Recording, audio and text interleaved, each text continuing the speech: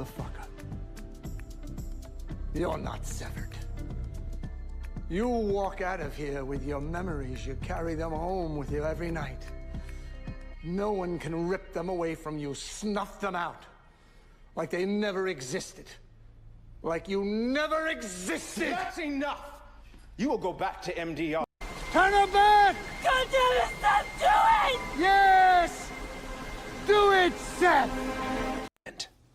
So magnanimous. My, you're verbose. Good thing you didn't write the first appendix. It would have burst. Oh, yes. We could feed him a pile of loose corn. Get head his table. Through a tin of candies. Real Enigmas and Theories is back again with another live stream wellness session. What's going on, fam? How y'all out there? This is crazy. Can y'all hear me good? Let me know. You know what I'm saying? Because we had somebody throwing a tin of candies last stream because of the sound was fucked up on their end. But we good over here. Let me know if we sound all right. Let me know if we rocking right now. Okay. Okay. I'm seeing some. Yep, the sound is good. The sound is good. That's what's up. That's what's really good. Somebody said loud and clear. Yes, indeed. Ephemeral, what's going on? All right, let's go straight to the shout outs because we got a lot to talk about tonight. You know what I'm saying? No soon as I made this stream for this evening, y'all know I don't really like post a schedule because, you know, sometimes shit happens. But you know, pretty much know my schedule. Like I rock every, Wednesday and Saturday for sure.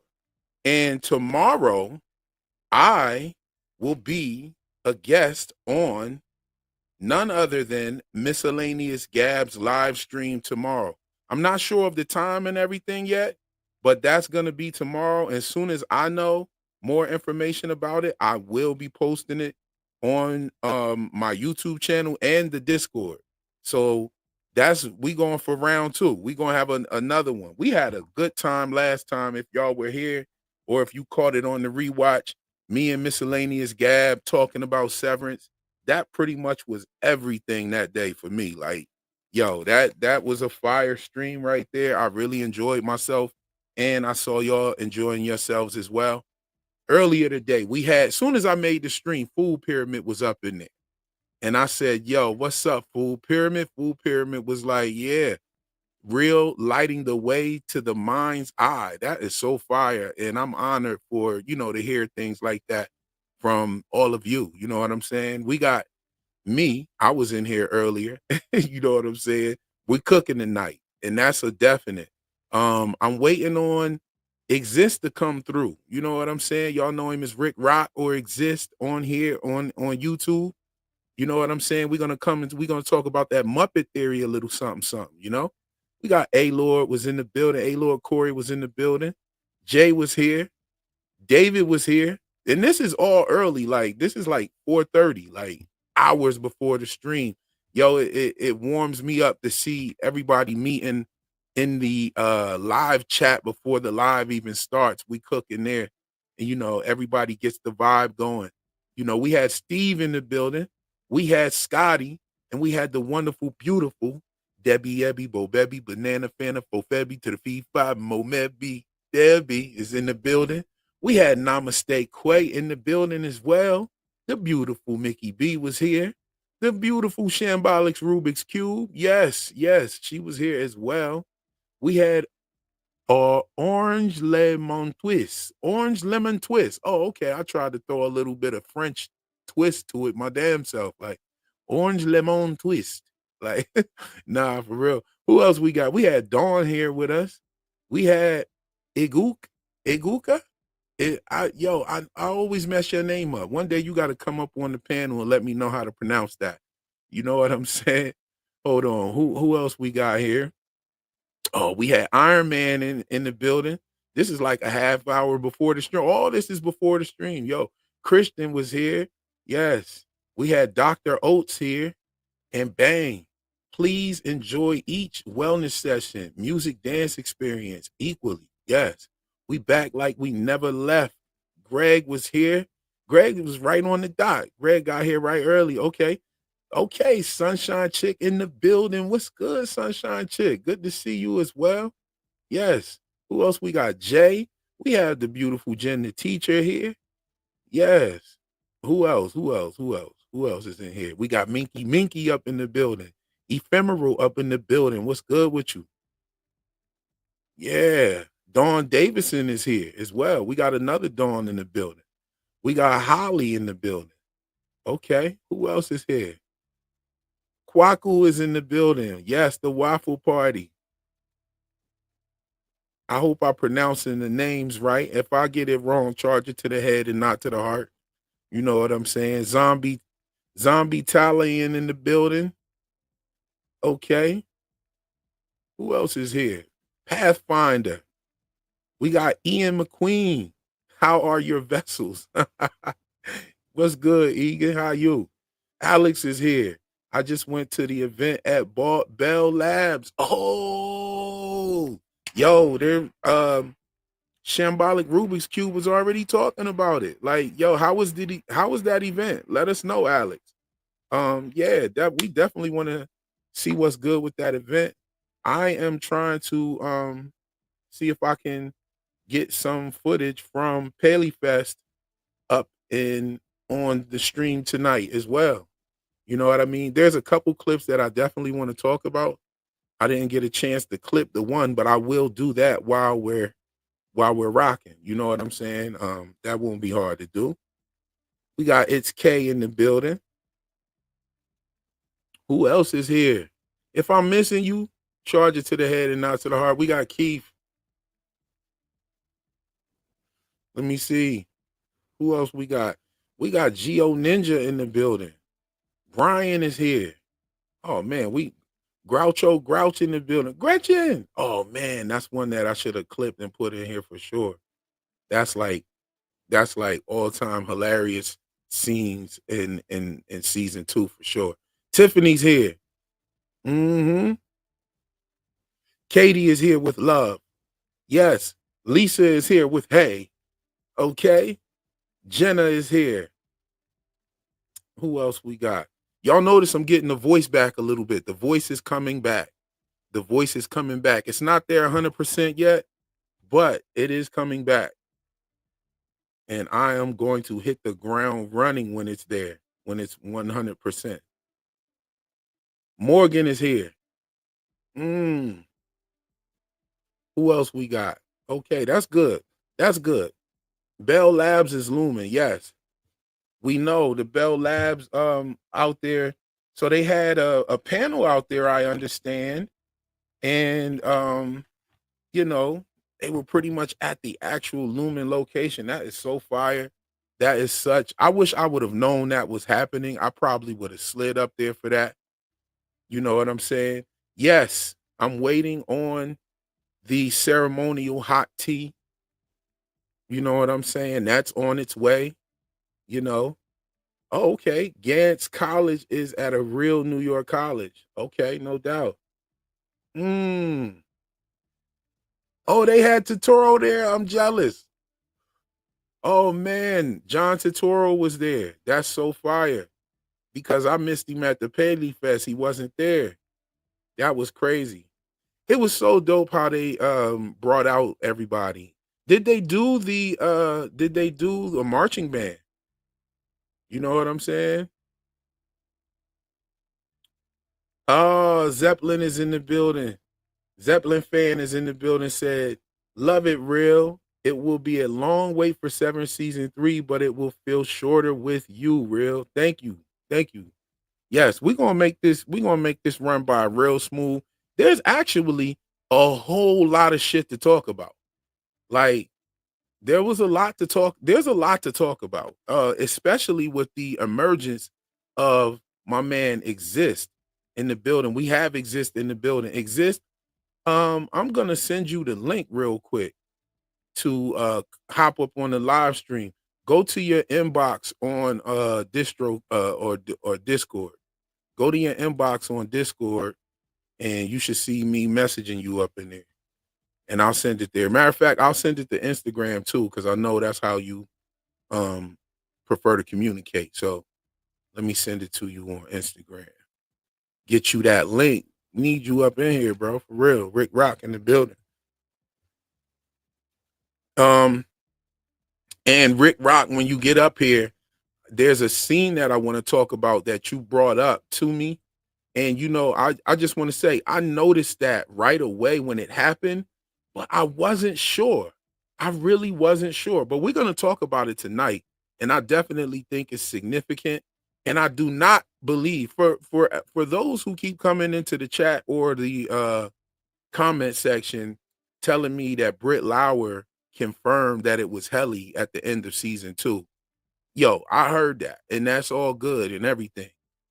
But it would not be the first time that an actor lied about that to conceal, you know, their mystery. You know what I'm saying? And I could even point one out right now.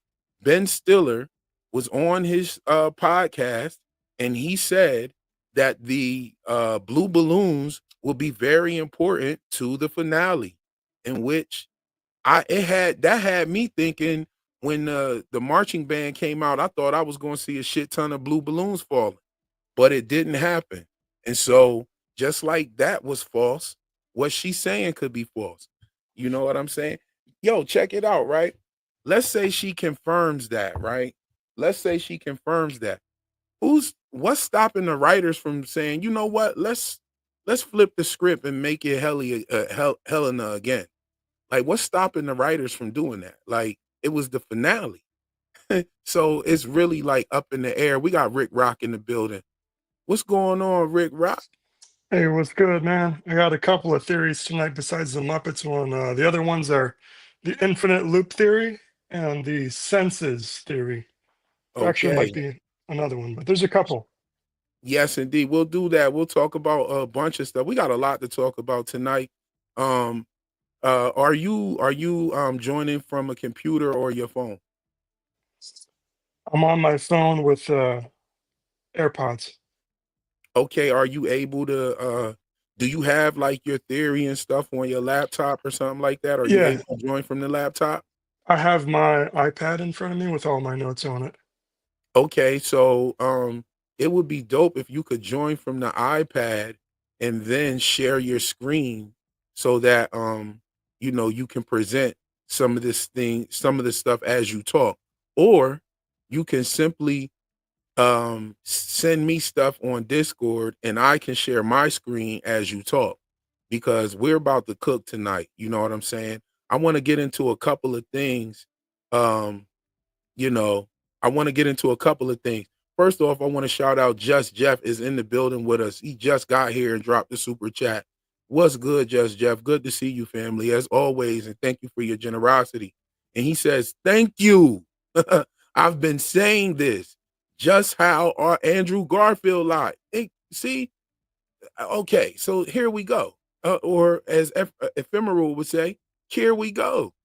You know what I'm saying? Like, yeah, like they could easily lie, or not just even purposely lie. She could have been told that. She could have been told that this is really Helly. You're the really, you know, you're really Helly here, blah, blah, blah. But they could easily write that out like that. I mean, it could easily, you know, we could start season 3 with finding out that that was Helena again. You know what I'm saying? And the clip that I want to talk about with you today exists will have to do with that actually. I will clip that up real quick for us because I think this is important. I'm clipping this up and then I'm going to add it too. So I want you guys to bear with me here. What But was there's the theory you're talking about clipping called? I'm going to clip the whole at the very end of the finale before Helly comes into the picture when Oh, is that the clip that I sent you on on Yes. Instagram where you can Look, hear Gemma's voice, you know or you what? can I hear don't. Helly's voice? Oh yeah, you know what? I don't even I'll need to post. clip it because we could just pull it up right from your Twitter page. No problem. So we'll go Yeah, there. We'll go there. Thank you again, Just Jeff, for your support, continued support, love you show to the channel. Thank you to all of you. Cop the memberships because the members only content will be coming heavy, coming in hot. You know what I'm saying? Especially while I'm covering The Last of Us, we'll be doing some members only content. But the members only live streams definitely is why you want to cop those, because even if you're not there to make it, and I do the members only live streams kind of early so that people all over, like we might, because we have members in other countries, and I try to make it so that everybody can, be there because they're utilizing the memberships. But even then afterwards, it's still members only content, and you'll have access to watch it on the rewatch. You know what I mean? I always encourage everyone that is joining us in the members only live streams to drop your notes right on in the comment section. You know what I'm saying? And right on point, MJ drops 5 memberships out there. And if you got one of those memberships, thank MJ323 for that membership and celebrate with those emojis that you now have access to. And all of the members that's already here rocking, let's celebrate the new members and clap it up for them. Salute to that. That's so dope. I appreciate that. And we appreciate that. We all appreciate that. The memberships are the way to go because it's like the gift that keeps on giving. You know what I'm saying? Like you got the membership and you got that access to that membership only content. Shout out to that. Much, much, much love. Much love. Let me see here. Um, let me pull up what you sent me. And yeah, because this was definitely a captivating piece. I saw this too, and I just didn't know, where to go with it. I didn't know where to go with it. I was like, they might think I'm bugging off of this one. I didn't know where to put this one at, because we still, just learning if well, we're still wondering. To me, it's still a mystery. Some people feel like Britt Lower has confirmed it, and it's good for them. But yo, it is what it is. Yo, B Cockner, what's good? I think that's how I say your name. Yo, yo, reals for reals. You got me into From after Severance. Yo, word, brother. Yo, check this out. From is dope. I really wasn't too happy with the 3rd season as much, but From is really dope. You know what I mean? I hope they taking some notes from Severance because you can give some information and keep the mystery going at the same time. You know what I'm saying? So hopefully they took a couple of things. I'm conflicted when I look at her face, regardless of Britt's quote. Yes, I feel the same way. I feel the same way. hmm And then we got Aaron Laura became a new member, and MJ went ahead and got themselves a membership. That's what's up. Appreciate that so much. Glad to have you aboard. Fortunate to have you aboard. Let's see here. Let's get to it. Let's share my screen. All right. Okay, so we're going to pull this up.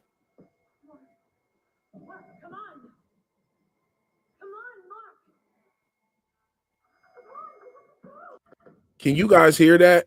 RiccRokk, can you hear that? Rick, you there?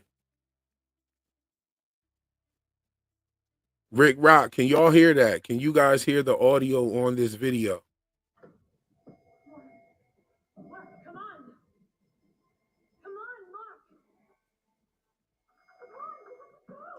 Okay, so what we're listening to, you know what? I'm going to go ahead and clip it then. The volume is low. I'm going to clip it. Do you know the exact timestamp on that, RiccRokk? I think RiccRokk might be joining from the iPad. Record on the iPad. I'm just gonna send the notes, but yeah, I can hear you. I can't hear the audio though. Okay, For the you couldn't video. hear? Okay, cool. Let's get what we hear there. I'm gonna get that right. I'm actually gonna go clip it from the episode. And what we hear there while Gemma is talking, we hear Helly's voice. I mean, RiccRokk said it best. Just close your eyes and listen to it. You know what I'm saying?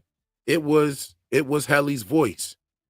And I noticed it too. You know, my engineer ear heard it right away. I was like, that sounds like Helly's voice.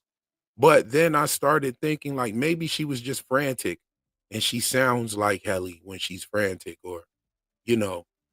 But I'm gonna clip that so we can talk about it. What do you think that means, fam?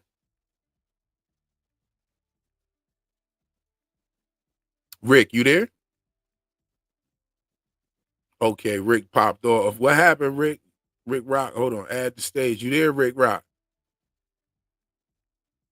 Okay, RiccRokk will be back. Hold on, we'll get him back up. Okay, yeah. So it is clearly her voice. Like, hold on, without a doubt, without a doubt at all, RiccRokk is back. RiccRokk, what do you think that means, fam? So I think the whole, can you hear me? Having some Yes. technical difficulties. Okay. So I think that clip is showing basically that this whole season they've kind of toyed with the idea of Gemma and Helly kind of swapping positions. We saw that most viscerally in the Ortbo, Hmm. where when Mark was sleeping with Gemma, Helly's face flashed for a moment. So I think there's some trickery going on here, and that might have been what influenced Mark's decision not to leave. But because if you hear the beginning of that clip, it's most definitely Helly's voice, but Helly has not come around the hallway corner yet. So it couldn't be her voice unless she was communicating telepathically. And to further convey that it is, in fact, Gemma that's the one yelling, though if you look at her mouth, it matches the exact words saying, Mark, come on, Mark, come on. But then they blur it together. And this ties in with actually two of the theories I have from the senses theory, the development and refinement of senses, as well as the Muppet theory of being able to have one person control multiple people. But I'll get into that later. Okay, yes. Nah, I'm tracking with everything you're saying pretty much. I have found the part and I'm gonna clip it here. And it is clear. I mean, I just watched the whole scene again while you were talking, and I was listening to your explanation on what you think it is as well. And I can definitely say this. I just watched that whole scene again, and it is 100% Helly's voice. It's no doubt about it. We're gonna go through it. Yep. We're gonna watch the whole scene. It starts actually from the moment that Gemma transitions through the door. So I'm gonna clip it right here, about right here. Let's clip it. And I'm gonna shorten it up Yeah, so I because think one reason people didn't pick up on that, or I didn't see anybody talking about that originally, is because there was so much hype and there was a really long episode after this really exciting season. So, just kind of in the excitement of it all, plus it being blurred into Gemma's voice, just kind of made it it hard made it to something that tell was off the rip. really easy to skip over and miss. Right, exactly. Even though I heard it, I still like glossed right over it. You know what I'm saying? And that's really not like me. But we're kind of up into like the hype of the finale that, you know, it just skips right over you. It just skips right over you. And we're gonna reveal that right here on the show tonight. I love the fact that we're starting this cooking session with this clip right here. I do have the clip. Let me add it to StreamYard so that Dawn S says she thinks it's just a Mark brain glitch. So she thinks Mark's just hearing things. It's possible. oh, oh yeah, that's definitely possible. Hold on, let me see. Let's see. So I do have the clip. Give me it. Bear with me for a second. There's something that they do in Severance all the time where they kind of blur the lines not only with the dialogue and what people are saying to each other, where it has Mhm. any number of meanings that with plausible deniability that could lead you to believe any of them. Right. They keep They that also do that with plausible audio. They have deniability.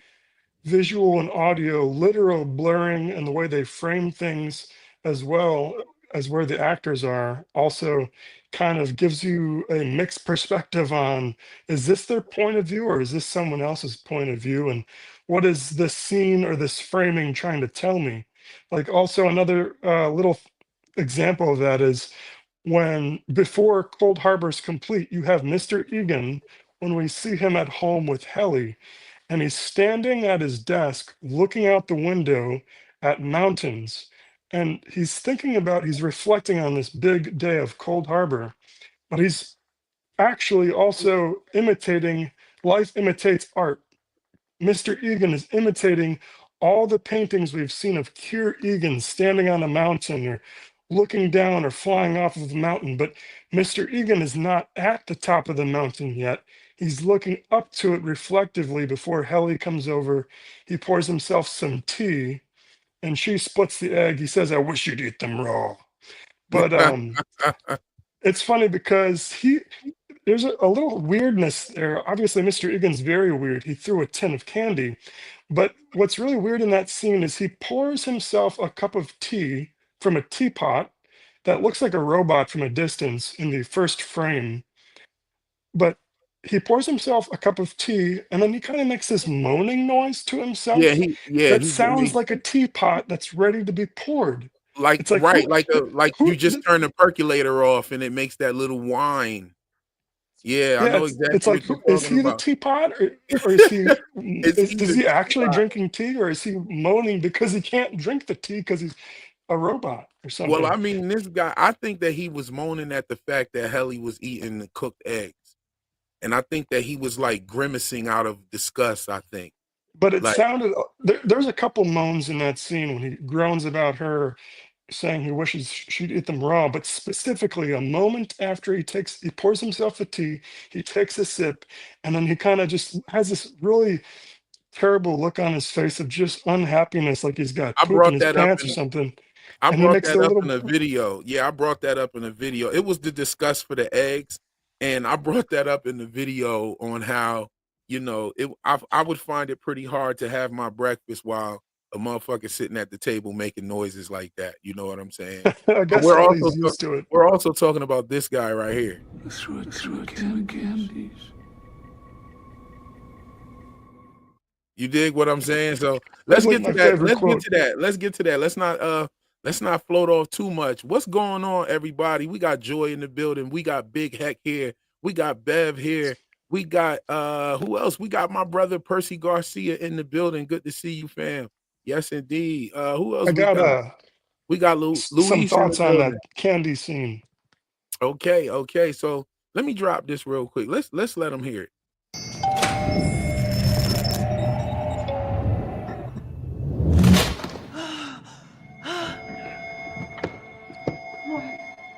Mark, come on! Come on, Mark! Come on, we have to go! Mark! Mark, open the door, come on! What are you doing? You can clearly hear that it's Helly's voice, and then they go back to Gemma's voice. There are two different voices in this scene. You can totally hear it. And here we are again. Let's go again.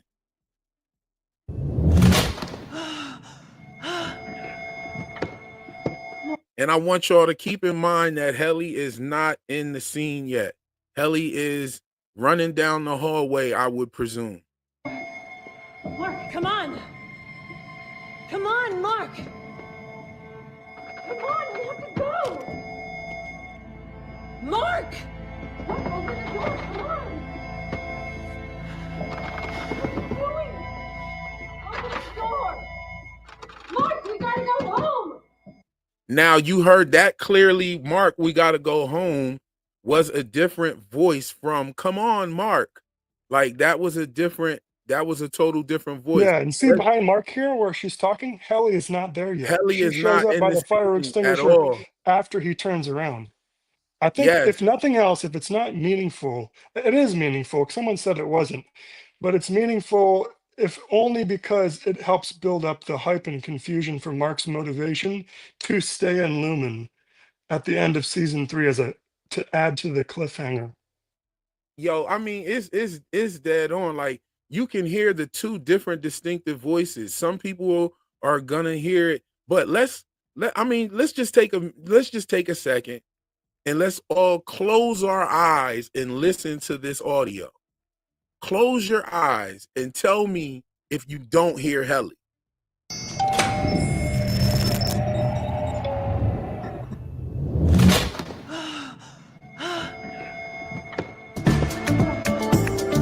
Come on!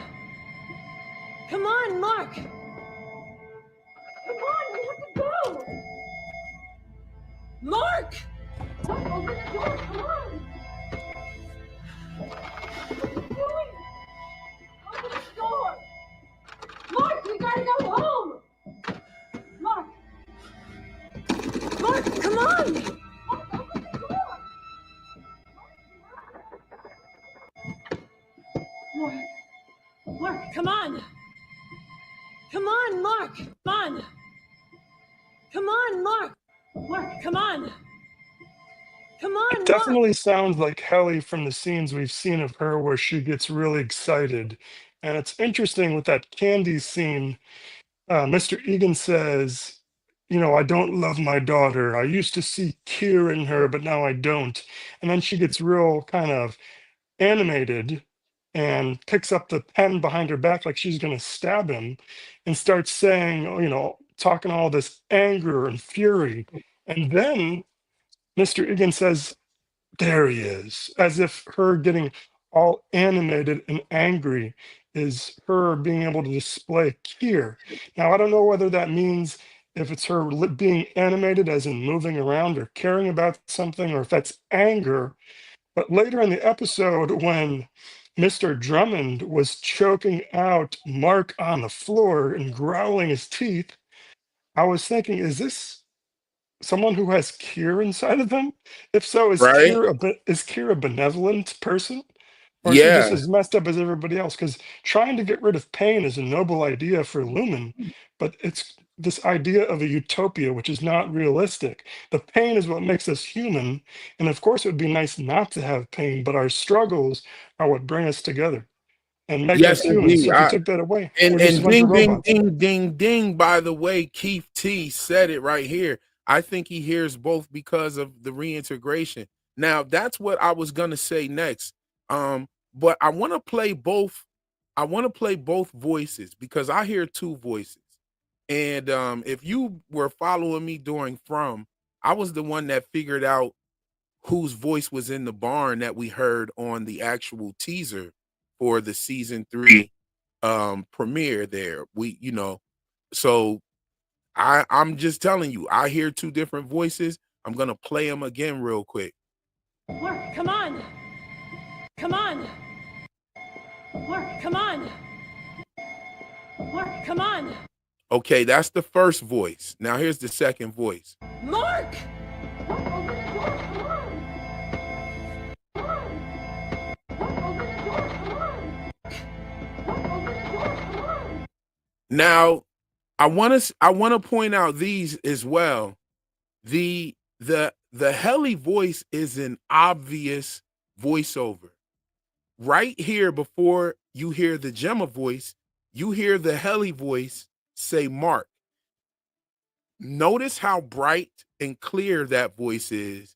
And then notice the Gemma voice is muffled by the insulation between the door. You know, notice that. We're going to play that real quick. Mark! That Mark right there was the Helly voice. Now, right after that, you're going to hear Gemma's voice. Mark! Mark! Mark!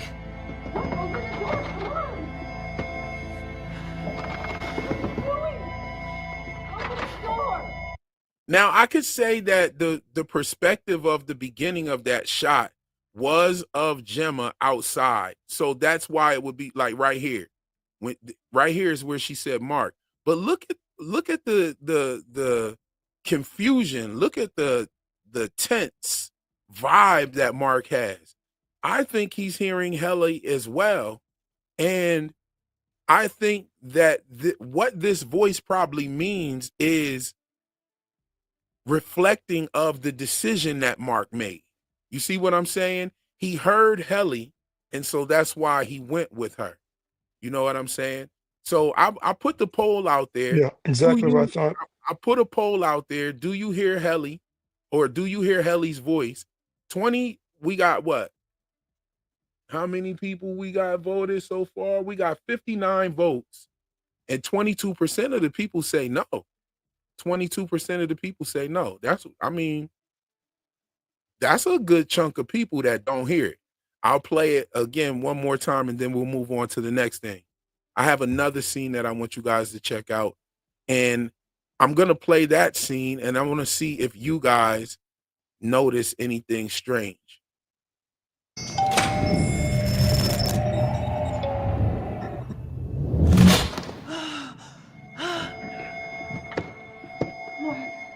Mark, come on! Come on, Mark! That come on, Mark is just Helly right there. I'm sorry. Mark! Mark, open the door, come on! What are you doing? Open the door! Mark, we gotta go home! Mark! Mark, come on! Mark, open the door! Mark! Yeah, it's definitely Helly without a doubt. I want to say this. Did y'all see how Helly glided in there like that? Like, look at her feet. Like, look at how she glided in there like that. Like, Mark, come what on! the fuck? Almost like how that mysterious figure showed up behind Mark in season 2 when he went to visit wellness and it wasn't there. Mark! Also, it makes me think of when Helly got her training for not going into the stairwell. We are introduced to Severance through the eyes of Helly, but she's brought with Milchek and taught that she cannot go through that stairwell. But we don't know that that's standard operating procedure. It could be that that was a bespoke training specifically for Helly, specifically for Cold Harbor.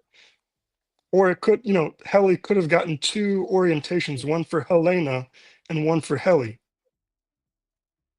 Yo, that is crazy how she glided in there like that. I see somebody said, Dr. O said, yeah, I think Helly is wearing stockings. Yeah, that could be true. She glid in there like a motherfucker, though.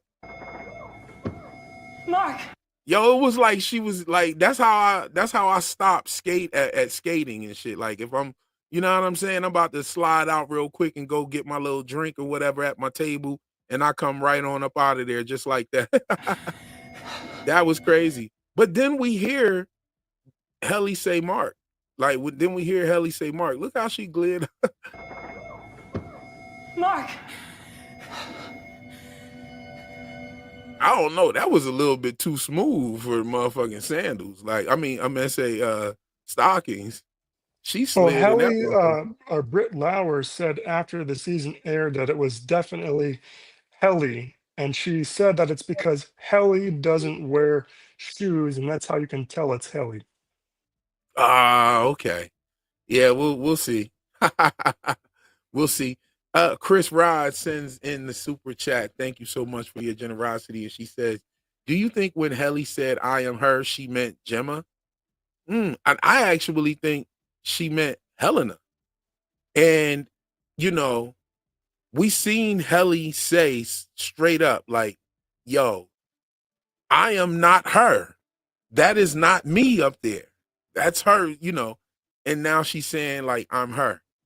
Yeah, so we saw this. We played the voice. We have the votes.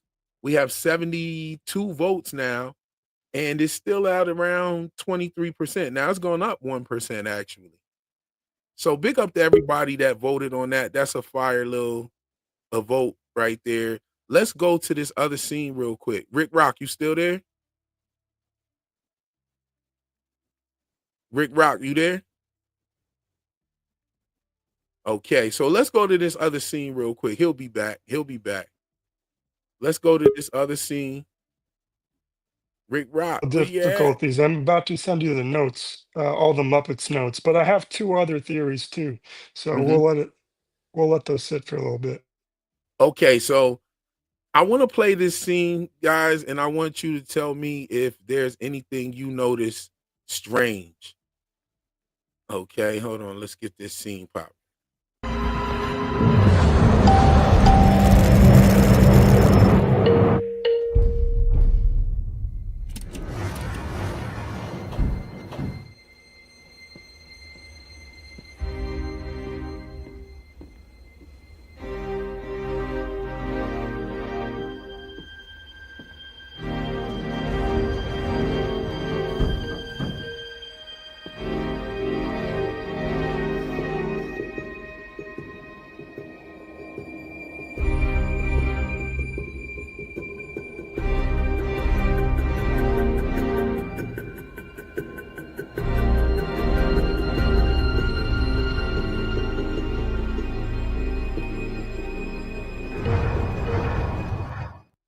Did anybody notice anything? Did you notice anything strange about that scene right there? I'll play it I one mean, more time. it's I'll all play it very one more. strange. I'm not sure at the I'll time. play it one more time just to give you guys a shot. All right, If you run it back. if you've been looking at that painting, then you'll know what I'm talking about.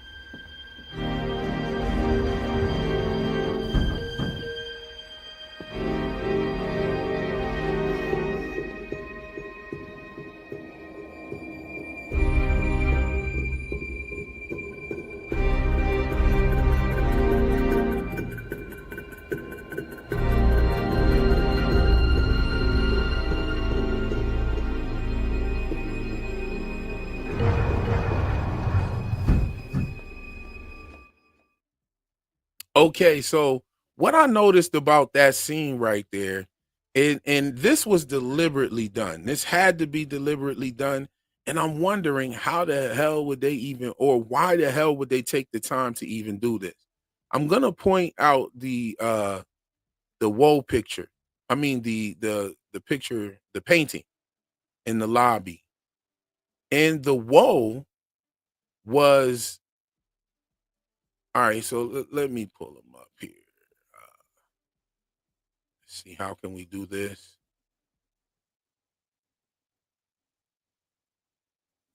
Okay, we got the screenshots. Okay. So this was the Woe character, and she was rendered like this.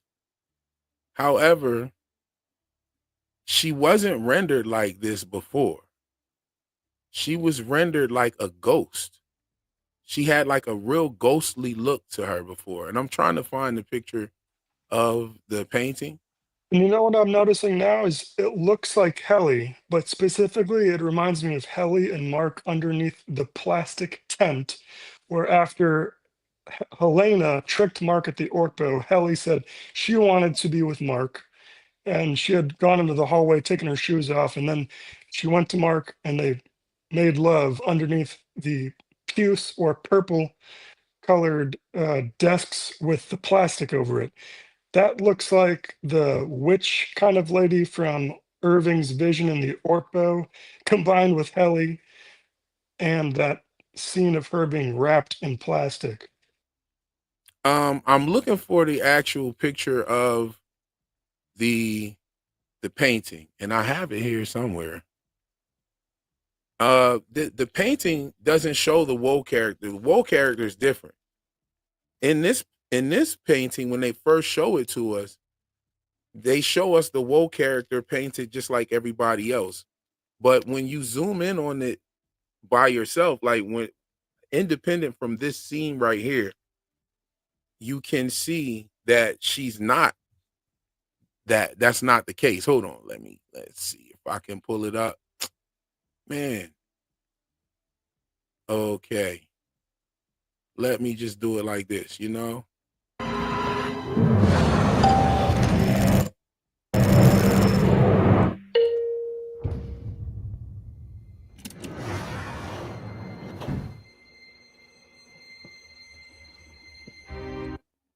Okay, there it is, right there.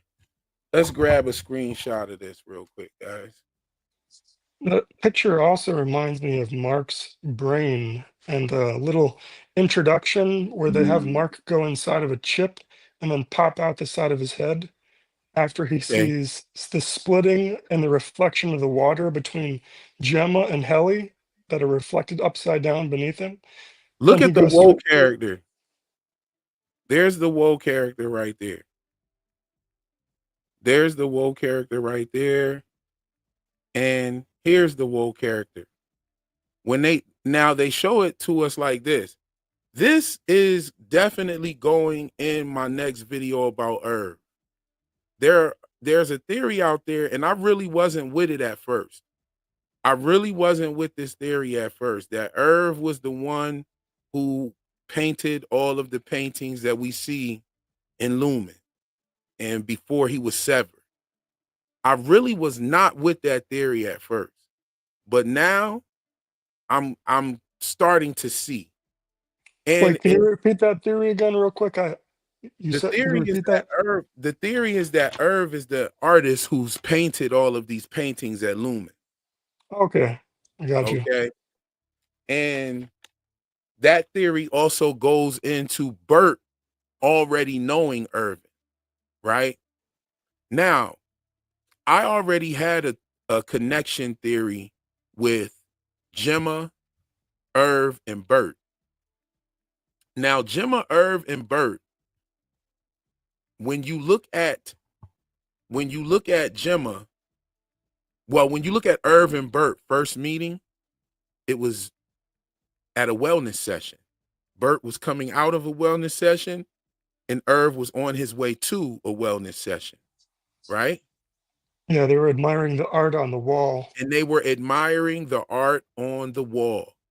Now, I believe that Bert told Milchick to send Irv to wellness so that they could bump into each other. And this could also be another testing of that severance barrier. You dig where I'm coming from? And I don't believe that Irv, I know that Irv is the most senior refiner. So that means that he, out of all of the people in MDR, have been severed for the longest, right? Yeah, I have some Right. thoughts on that. Right. So he would be, but he worked there for 8 years. So if he worked there for 8 years, then he was working there before he got severed. So if he's working there before he got severed, what was he doing? And it could possibly be these paintings. Now, the only pushback that I could even think of is, well, when the hell would he have painted this? If he's the artist, when would he have painted this? When he worked in optics and design. Mm-hmm. And So that leads right to my theory about Lumen pulling the strings the entire time. None of this is what we see is anybody doing this on their own accord. yeah, and that Lumen, connects with a theory of mine about the rotation. If I have a much longer thing, but to put it simply, it's like we're playing musical chairs. We have 4 people at the start of the season, and we're introduced after Petey's thrown out. So there could have been 4 or 5 people. And then we see Irving's thrown out. They have 3 people in the chairs. And with each season, there's a musical experience from the Defiant Jazz to the marching band and someone being ejected. But that is like the rotation of the cast. And it feeds into my theory about the whole show being one loop that actually starts before season 1. And that season 1, if you actually listen closely to Helly's orientation, the 5 survey questions, mm-hmm. if you listen closely, she does not give the standard response of unknown. And she says, you know, they ask her all these questions. If you listen, I'll pause, but if you listen to her responses, she pauses about what is Keir Egan's breakfast? That makes no sense. That one makes no sense after she says, I don't know. That makes no sense. Well, I think she's playing dumb because she wants to hold on to her memories that she does have. And Mark intentionally throws off the orientation.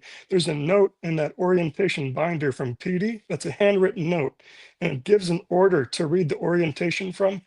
Mark skips the preamble. Irving calls out Mark for skipping the preamble. And then Mark says, oh, shoot, and acts like he didn't mean to do it. Meanwhile, there's an important shot in that little green room that they're both in season 1, episode 1. It shows a recycling bin that has a cursive font with a globe around it that says Lumen Recycles, which would feed into their recycling people through this show in this rotation of a series that will probably have the end connect to the beginning in a way that when you watch back through it, everything's going to hit different. Oh yeah, yes indeed. I actually pointed that out too in the handbook where he's giving her. Someone also crossed out the word last So they and crossed out the word final or final and wrote last in there. yep, that's Petey. Okay, so how do you know that's Petey?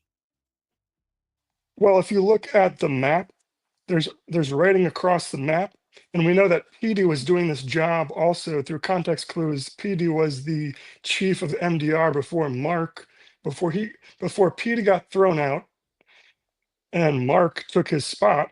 And when Mark goes to meet Cobell to get that promotion and get the blue key card that looks just like his, she says, I know you've never done an orientation before. Just follow the guide and it shouldn't be hard. We don't know if we can take Cobell on her word or not, but she clearly says that Petey was the one that was in this role before and that Mark's never done this. So that lays more foundation that Petey is the one who left these notes. Right, right. You know, I actually talked about this in my first video. I'm gonna pull that up. I had a theory that Cobell probably tampered with the intake. Either Cobell or Milchick. I think a good number of the people that we see in season 1, like if you can get the idea that they've already been through this situation that they're going through. When Helly's laying on the table, she wakes up and Mark comes on. She doesn't even know who she is, apparently. But Mark says, 5 questions, quick survey. She says, I don't want to do your survey. Immediately writes off the survey without even knowing where she is. But there's a big tell in that scene, in that when she gets up from the table, she can barely walk, but she starts pushing on the walls, trying to find a secret exit. That Yeah, implies that Helly, is familiar, or Helena, or Helly, I think it's Helly, is familiar that Lumen's labyrinthian hallways have secret passages. Otherwise, why would she be pushing on the walls? It's not like they're going to fall and over. we've seen Evil Hodor reveal this to us when he pushed that door open. When he pushes the door open. Okay, Yeah. so yes. So they no, it was the word last was crossed out. Okay. Yeah. I said this in Final. my yeah, right. Hold on. And final was put in there. I said this in my first video. This is my very first Severance video. Hold on. Let me go over this. Talk about it. That was Okay. a really hard frame to pause on too, because they showed it for just, something well, actually, It some of the sure frames they was. showed for just a split second. You had to really pause. I had to rewind a couple times to really get it right on the dot. It sure was. I can't even find the thumbnail that I used. Like I think what I did was I put it into the editing software and went frame by frame because I noticed that something was tampered with. Here it is here. is absolutely at its end, suggesting that there will be no more emphasize remain latest. The interchangeable part is when for the first the word how the severance procedure takes. For instance, Peep how the word last is marked out and replaced with the word final. The terms last and final are often used interchangeably, but have major differences depending on the context. Last refers to the most recent in a sequence, or the one that came before the current one, as in the latest. The interchangeable part is when it's meant to express the remaining, like the last in the cookie jar.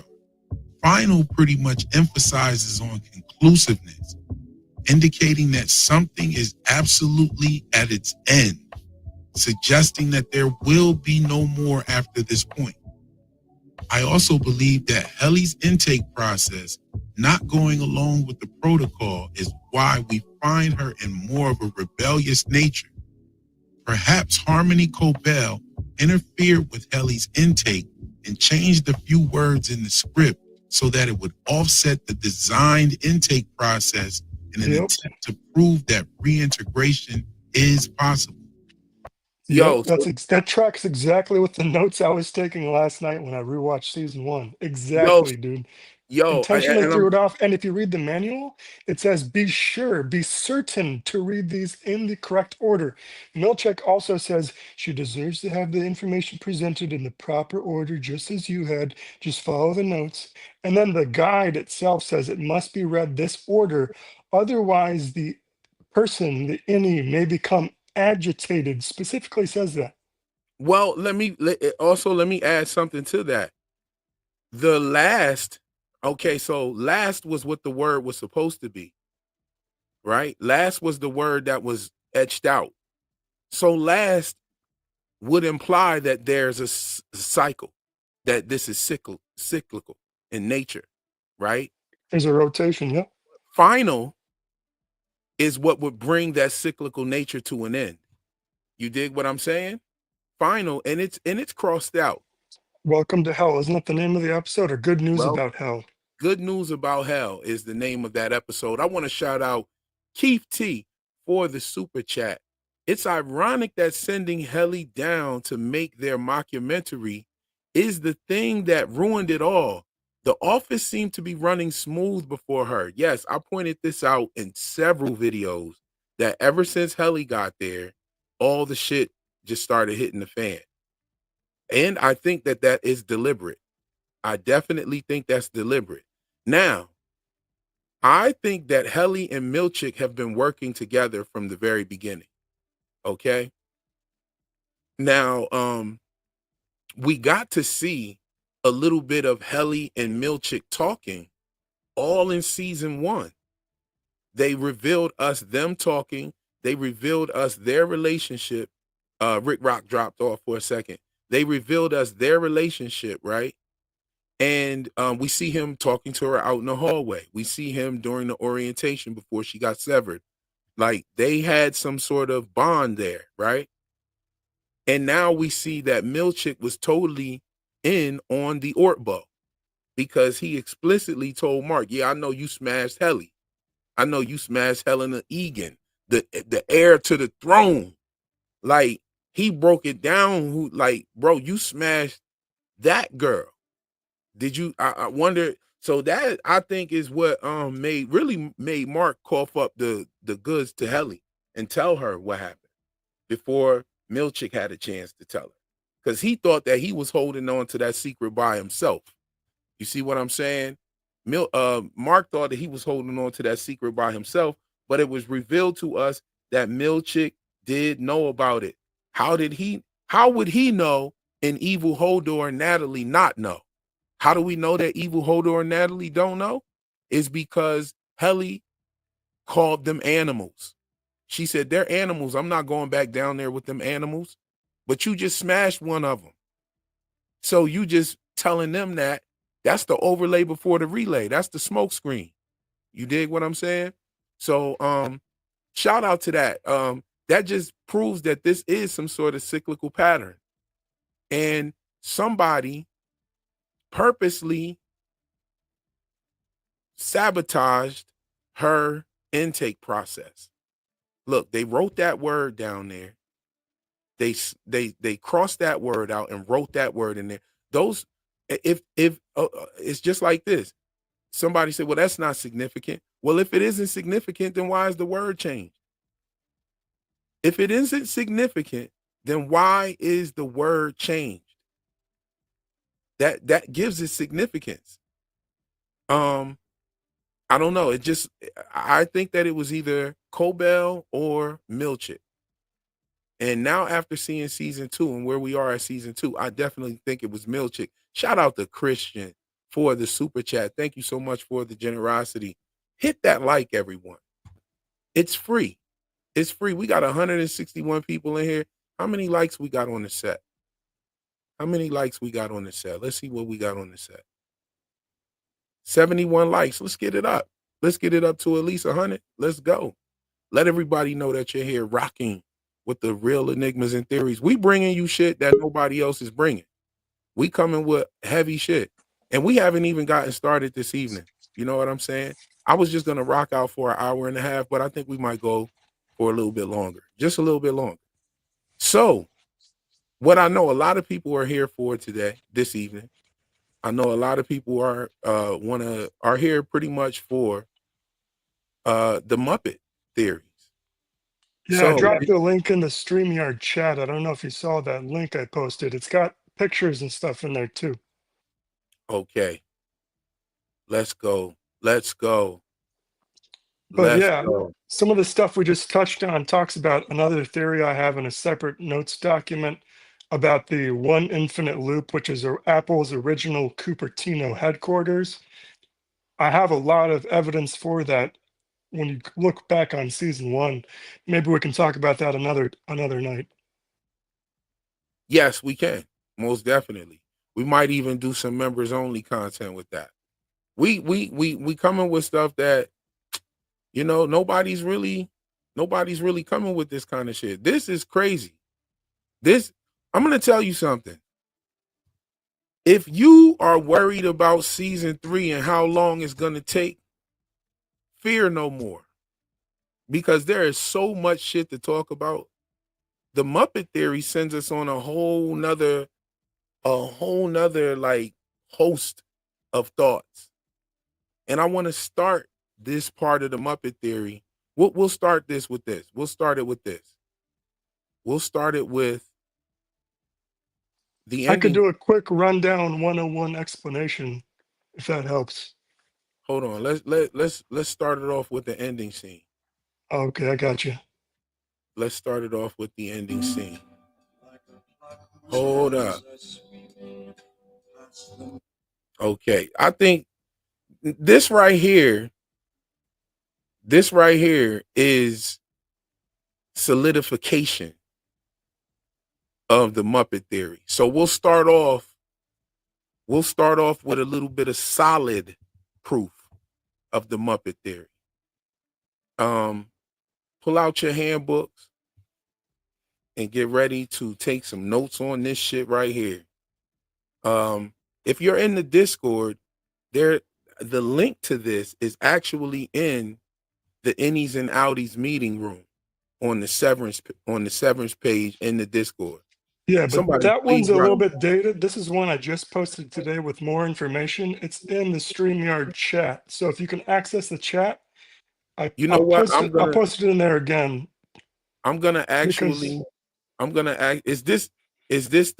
Okay, so now you reminded me of my brother Taron Matheru when he takes and remixes his theory and cooks it up again and whips it up a little bit better and comes up with a different recipe.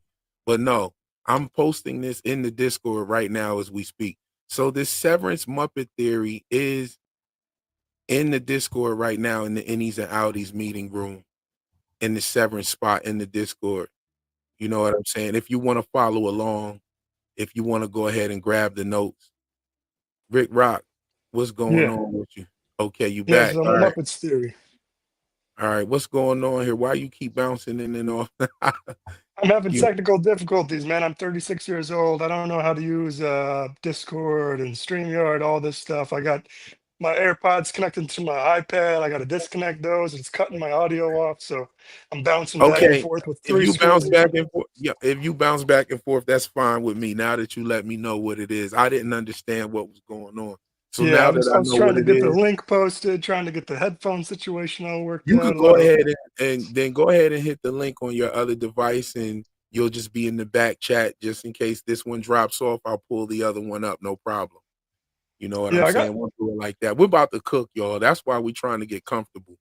We I try have and the get notes your pulled up snack. on my iPad, but I don't have Discord set up on my iPad. But there's a chat thing. If you just copy the link from the top of the page there, you can just paste that and it'll bring everybody there. Yo, Oh, you already did that when I got disconnected. yo, Big Hex said he a story walker. I'm gonna be honest, I Yo, don't even know what that means. yeah, you gotta. That's some from humor right there. That's Okay. definitely some I haven't from seen humor. that one yet. Yo, Severance is one of the few shows that's pulled me in, besides like The Office and Game of Thrones, and now the Muppets after this stupid theory.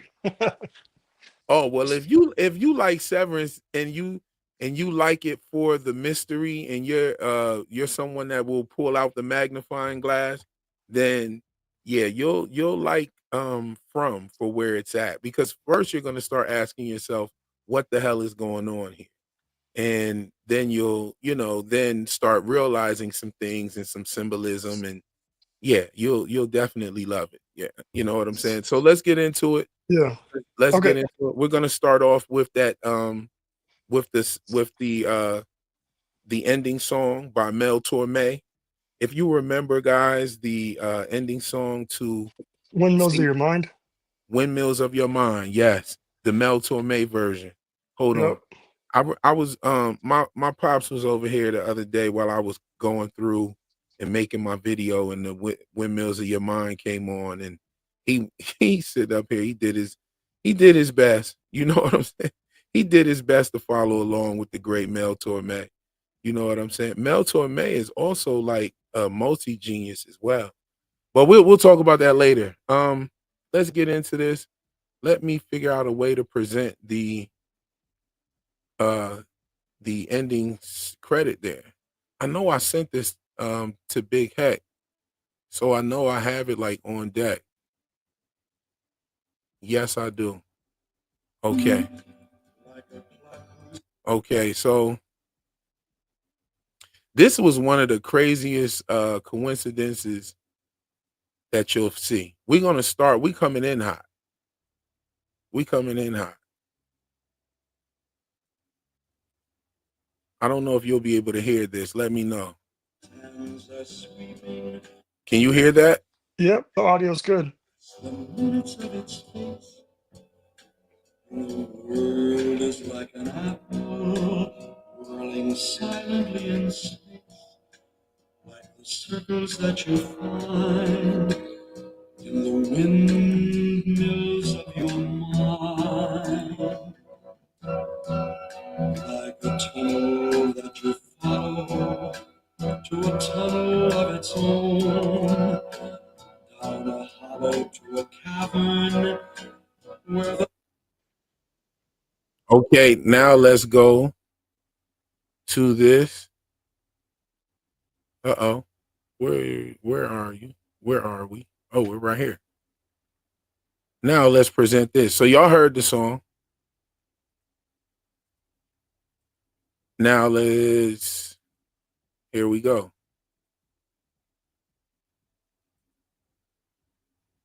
Into inner space.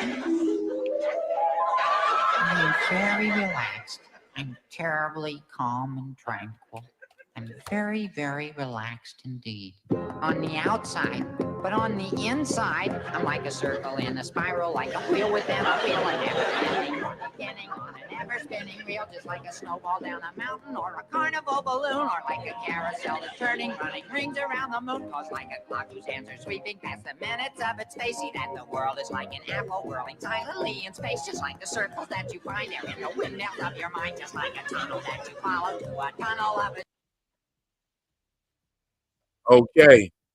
So we have the Windmills of Your Mind being played at the end. Now we're just gonna cook right there for a second. That's a Muppet connection. Now that's just a Yeah, little bit of the Muppet connection. there's Let's a lot talk. of those. Let's talk about Fathead Muppet. Now you all know who dropped the Fathead Muppet joke. Fathead Muppet. Now I dropped that joke at the same time when I did the Evil Hodor joke. Both of those were in my episode 2 breakdown. So break it down on the Fathead part. Well, basically, there's a musician in the Muppets that's named Fathead. That's his nickname.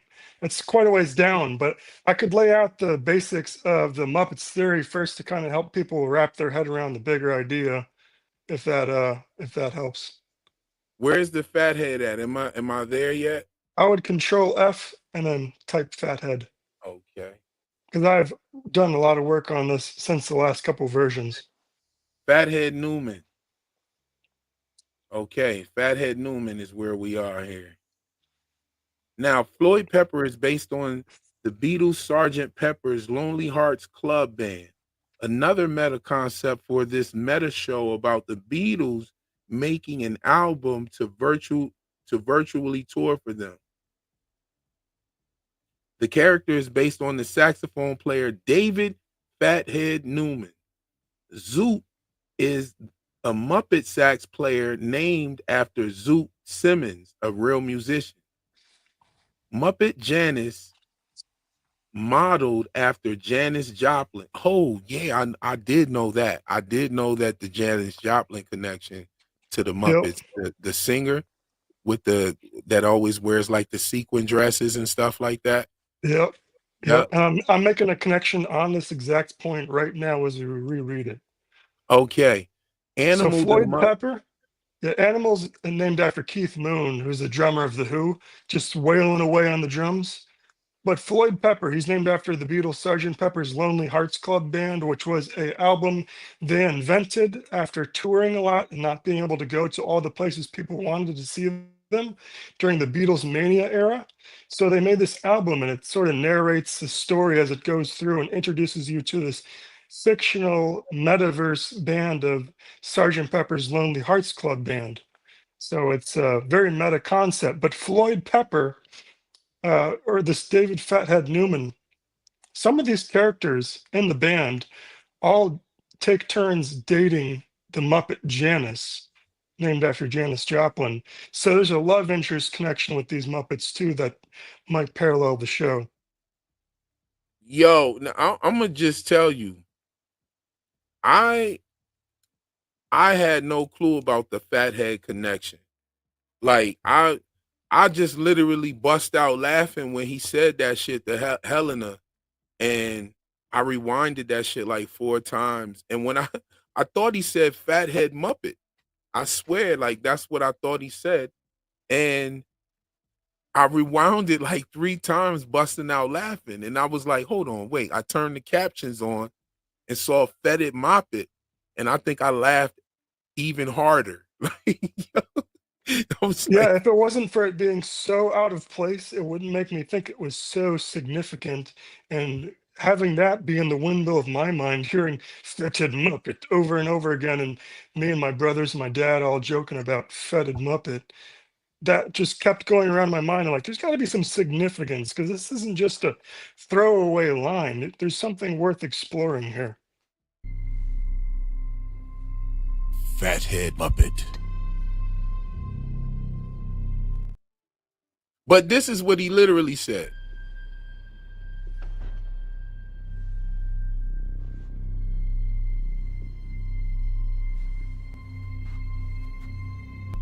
Fetid Muppet. Like, I'm gonna just tell you like this: if they meant, it's obvious that they meant to do this. It's the Where idea is this that there's some okay. from a 1 to 10, from a 0 to 10? Where is this at on your genius meter? Well, here's what I generally think about the Muppets theory. When I first kind of started digging and kind of had this eureka moment about the Muppets and how it can be extracted to Severance, I was like, yeah, there's got to be something significant. And I've looked and I found more and more evidence to support it.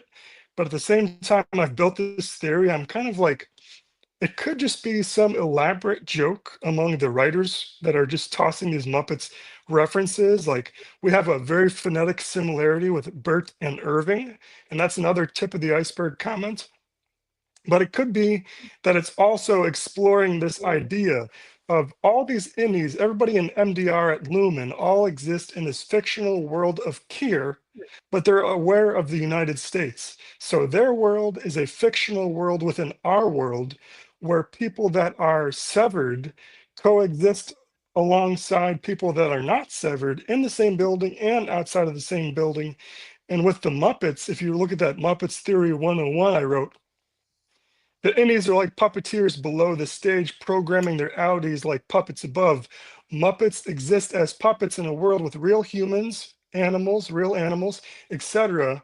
While there's also Muppet versions of humans, Muppet versions of animals, etc. And Muppets are credited as playing themselves, or the character they're playing is credited to their Muppet. So, for example, if you look at the credits of a lot of movies, Kermit the Frog will be credited to Kermit the Frog. Now, this is kind of Mm. playing with the idea of exploring the many layers of identity and what is real, what is not real. There's definitely some surreal metaverse stuff going on here. Right, But right. I want to ask you real quick, what does the T in Kermit T. Frog stand for? that's what I was thinking too, because we have Mark S and Irving B and Dylan G, and we have Kermit T. All right, so the reason why I asked that is just to point out that when they usually credit Kermit the Frog, it's always Kermit T. Frog credited Yeah. with Kermit the Frog. Yeah, So they're actually, there's a whole bunch of different credits. Sometimes they'll credit Kermit the Frog as the character he's playing. Like if you look at the movies Muppet Treasure Island, Muppets Take Manhattan, Muppets Christmas, there's a whole Muppets universe I didn't even know about until this theory. And in the credits, it blurs the line between reality and not reality. A really easy example to understand this is when Kermit goes on to a talk show or does a TED talk. I just watched a TED talk of Kermit talking about creativity through listening before I came on tonight. He's playing Kermit the Frog in the real world. And so they're crediting him as if he's a real person, and it's just a really funky thing that's happening. And I sort of see that going on with the specific things being said throughout the Severance press tour. The most obvious example would be that in the Muppets, Miss Piggy joins the circus, and they have a bunch of magazines where or comics where she does this. But the Muppets have a life that continues between the seasons. Kelly joining the circus is like Miss Piggy joining the circus. And she also took the time to get a professional photo op of one of the two circuses she joined. It's interesting she joined not one, but two circuses, as if Helena and Helly both went to the circus between season 1 and season 2 and had a yes, professional photographer take this. When they do these press tours, they're well thought out. It's not just, oh, this is what's going to happen. It's like they're thinking about these things a lot more than I think people might realize. And they're actors and they make it look natural. right. Also, her sleeping in the egg. Her trailer was called an egg trailer. And there, you had that egg symbolism. She was sleeping in the egg, Yeah, I saw that Instagram photo she posted. and yeah, she posted many of them. Like the whole time she was living in that trailer, she was posting photos of it, eating breakfast, everything. And then the egg symbolism shows up really heavy in season 2. And so I'm thinking that this is some sort of rites of passage. I haven't really honed in on it. I do know that there was a carnival, and I wonder if we're actually going to get um Yeah. some I wrote in up a bunch about the carnival theory because of that. yeah, the carnival, that's definitely put there for a reason. Like that is a reference that they're making to the snake oil salesman period or the Montebank periods of America. Yeah, so if you scroll down the note, there's going to be a picture that has Pam from The Office hugging Michael Scott, and then there's a picture of Gretchen hugging Dylan. And some people online spotted they're wearing the exact same outfit. It's a purple outfit when Gretchen goes to visit Dylan. And a funny thing is, the Muppets actually have their own parody series on ABC that ran on ABC for one season. That's a parody of The Office. So the Muppets parodies Office, Severance parodies Office and Parks and Recreation. So that kind of brings the theory of the Muppets connection even closer. I mean, if you look through this whole document, right below this picture is all the stuff I wrote about the circus this afternoon. Okay, okay. Oh, I'm looking up the Office parody now. Yeah, the name of it's just the Muppets ABC. And if you put like the Office parody, it Yeah. was filmed like a mockumentary. I have not watched it myself, but I found out about it through my research. Okay, yeah. That was did you see the pictures that I was posting of the Muppets with the waffles? Oh yeah, I saw a bunch of those in the Discord with the chef, the Swedish chef has the waffles, and other The guys the waffles. the Swedish chef and Miss Piggy both have the waffle. Um Also, the guy who plays Kier, we talked about this as well. What characters did he voice as a Muppet? I don't know anything about that. That would be a real big thing to find out if he did. Okay, hold on. Let's look it up real quick. Mark Geller. Mark Geller. As long as you're looking that up, when I was looking into the circus stuff, I got connected back to the origins of carnivals and circuses, and it started talking about the Chicago World's Fair and the World's Columbian Exposition. And one major thing about both of those was that they had a bunch of things that were invented, and I highlighted a bunch in my notes that were significant. Just going through the list, like light bulbs, electricity, the alternating currents, AC, the Ferris wheel, like the windmills of our mind, the electric automobile, the kinetoscope, which was the proto motion picture machine, phosphorescent lighting, moving sidewalk, Aunt Jemima's pancake mix, Wrigley's, a bunch of stuff was shown off at these world fairs that had they debuted lights for the first time. Light bulbs were everywhere, and it was this new invention. And it was after the Chicago fire, where Chicago had been burned down to the ground. They built these buildings up out of wood and all sorts of stuff to look like ancient Greek and Rome and Atlantis. And they showed off all these inventions, and then they burned it all down and tore it all down. And I thought that was just kind of interesting. But with the light bulbs and the Ferris wheel and some of the stuff we see from those early carnivals, we also see them in Severance. But along with carnivals, you normally have a circus happening inside of a tent. And I realized at that moment that there's a ton of tent symbolism in Severance, whether they're on the Ortho and they're in the four Audi tents, or when they have the tents where Mark and Helly go and put the plastic over them in the purple room. They make a tent there. Or when Mark has he puts the blanket over his head, he's sort of putting himself into a tent when he's shining that who is alive into his eyes. There's just a lot of stuff about tents in there, and that's a whole thing of its own. I haven't really looked into too much yet, but it is a recurring theme. I definitely spoke about that in one of my videos as well about the tent symbolism because I noticed the tent symbolism in From.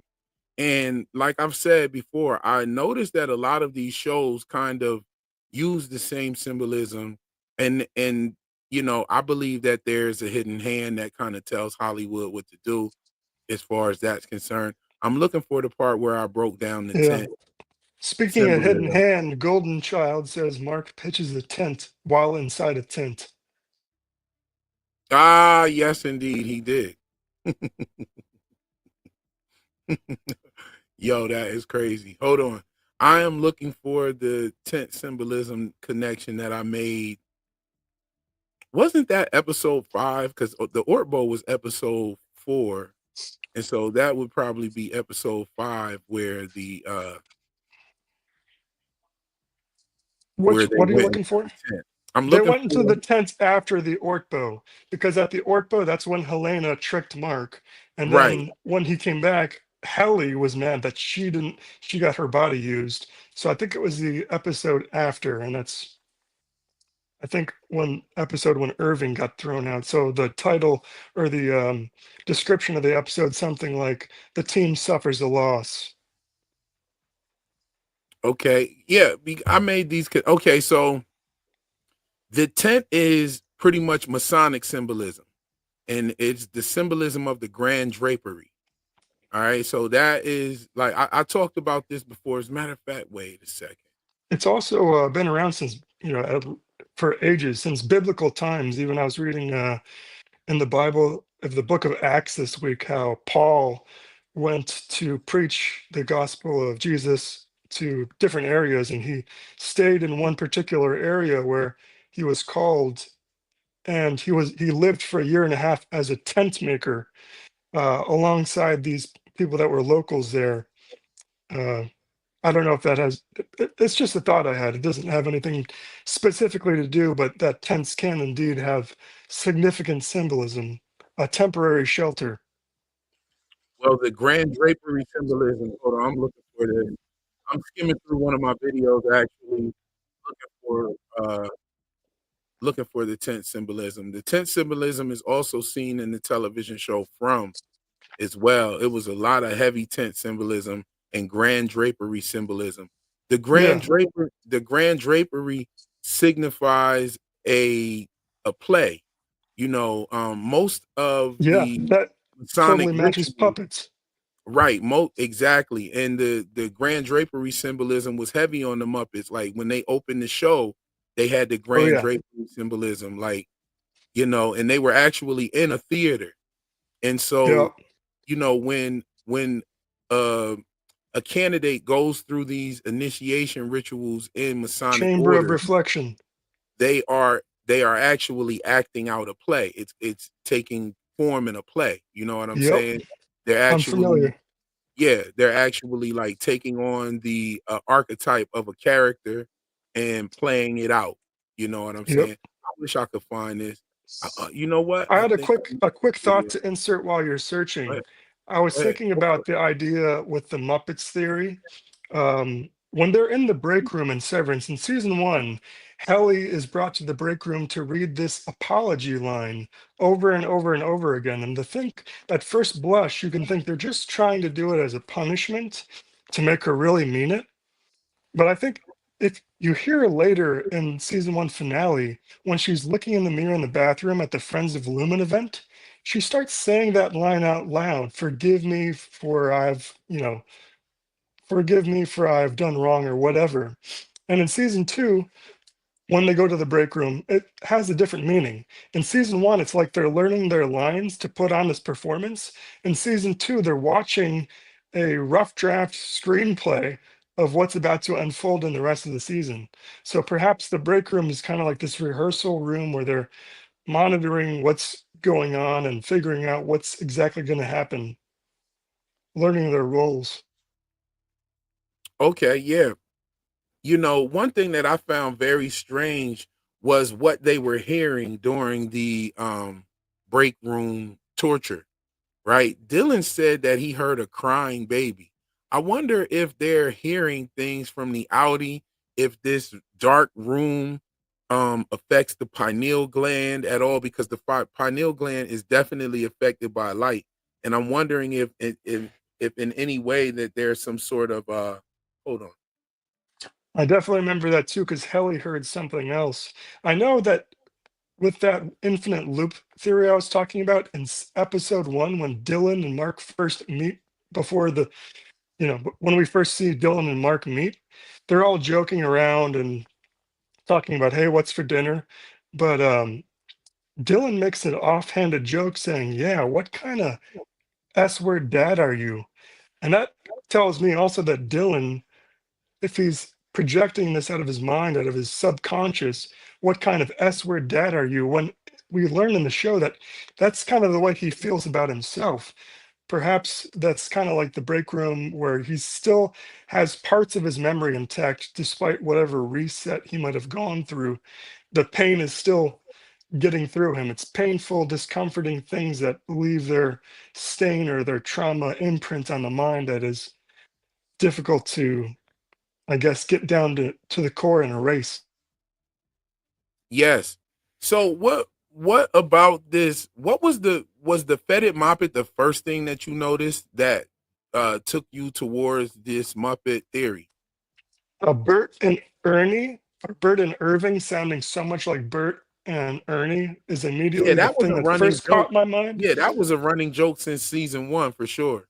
But then I had like Fetid Moppet, and I had a couple other things that are probably in the notes here that just made me be like, all right, let me look into this a little bit. And I've been going crazy the last couple of days because I was just typing this up for like the last month or so on my own. And then I came on your live and I saw people reacted to the theory so positively. And you asked me to come back on. So I spent my free time today writing up a bunch of this stuff, driving myself crazy. To be honest, after I was hoping to present this Muppets information to the community at large in hopes that other people might have more memory of the show, because I'm not a big fan of it. I've just been studying it, but maybe they could find connections that I didn't make and sort of bring it all together. Because I've been just studying this like I'm cramming for finals, and I'd like to take a breather.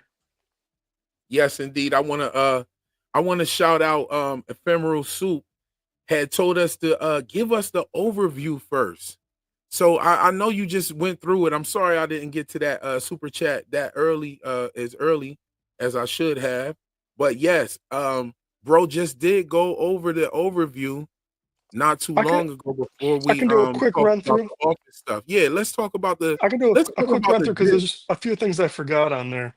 Right, because Uh, that'll actually give us the gist of a couple of the connections, this a couple also more, I would ties in say. with the first clip we played in the show. We heard where we saw Gemma and we heard Helly and Gemma's voice coming from Gemma, right? Mhm. Like a So, puppeteer. yes, a puppeteer can play multiple characters depending what they're controlling. They can have they can control multiple people and they would use the same voice because it's their voice as the puppeteer to control what's going on.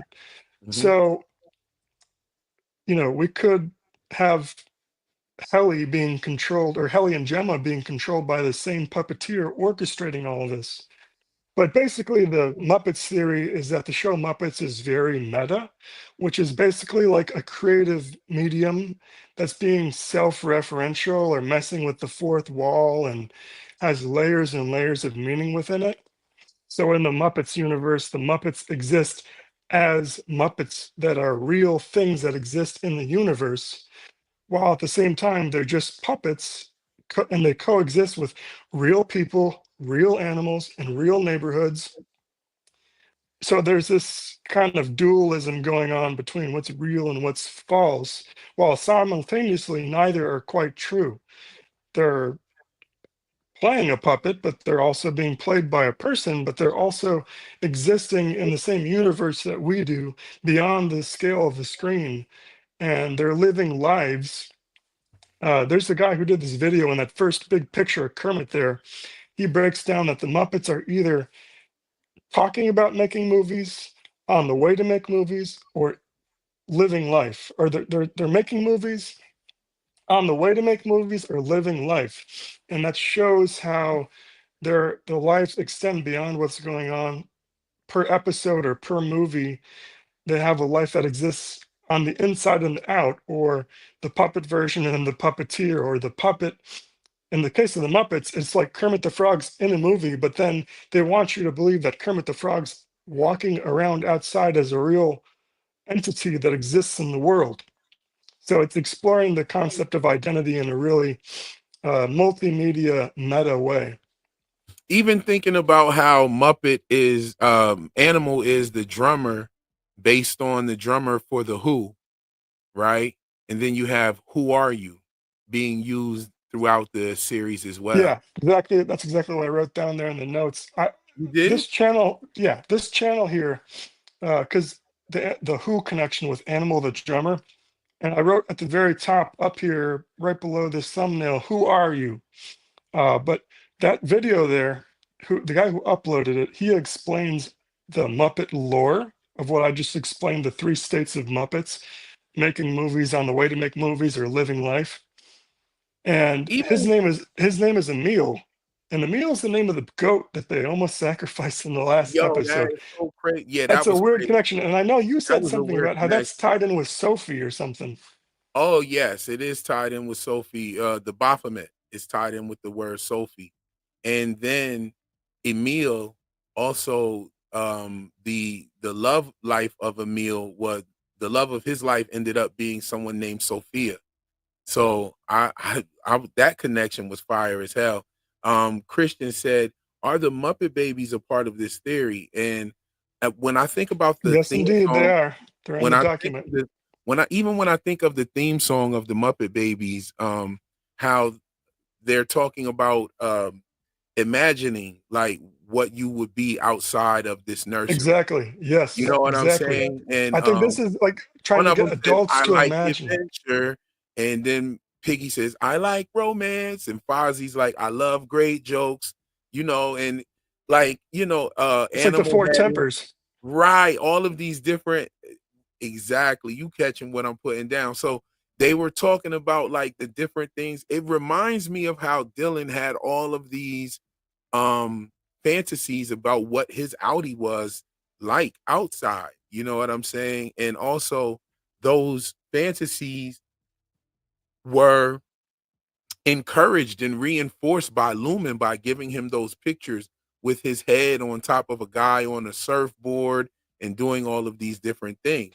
Lumen, Exactly. If you look at them, if you, I don't know if you read the notes I wrote about the Muppet Babies here, but the Muppet Babies have their own ortbo. It's not called an ortbo, but they go from their animated world, and there's a picture down in the document where you'll see the Muppet Babies walking out into like Egypt or some oh faraway yeah, land, and they did this consistently. If you look at, if you they yeah, scroll back I up a little remember the bit, Muppets. They would do that consistently. They would the do that. Muppet Babies specifically was about team building. It was about teaching kids to learn how to get along together. And that would make sense why Lumen would want to avoid using big words. One, because big words means bad four-letter words, but also Oh. because kids need to understand things monosyllabically. Mm.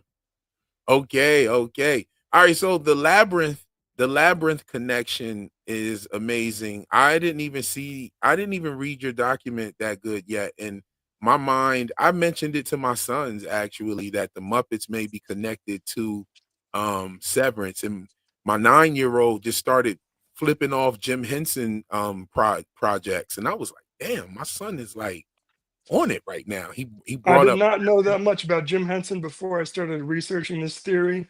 And man, he's quite accomplished with all he created, and the universe is just incredibly creative. The guy you see on the screen there is named Hoggle.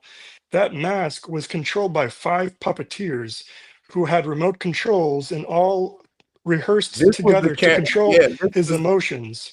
And there this was was the one short character that was this character guiding kind of this character guide. kind of represents Dylan when you think about it. Like Dylan was working with the team and then he betrayed the team, you know what I'm saying? And then he worked with the team again. And that is this character Hoggle.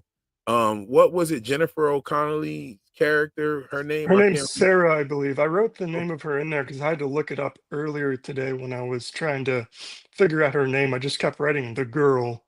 I think Right. it's So Sarah. he befriends her. This character here, Hoggle, befriends her and pretty much turns on her because he was working for the David Bowie character the entire time. So it was like, wow, okay, I see what's going on here. Like, that's like how Dylan had his traitor arc.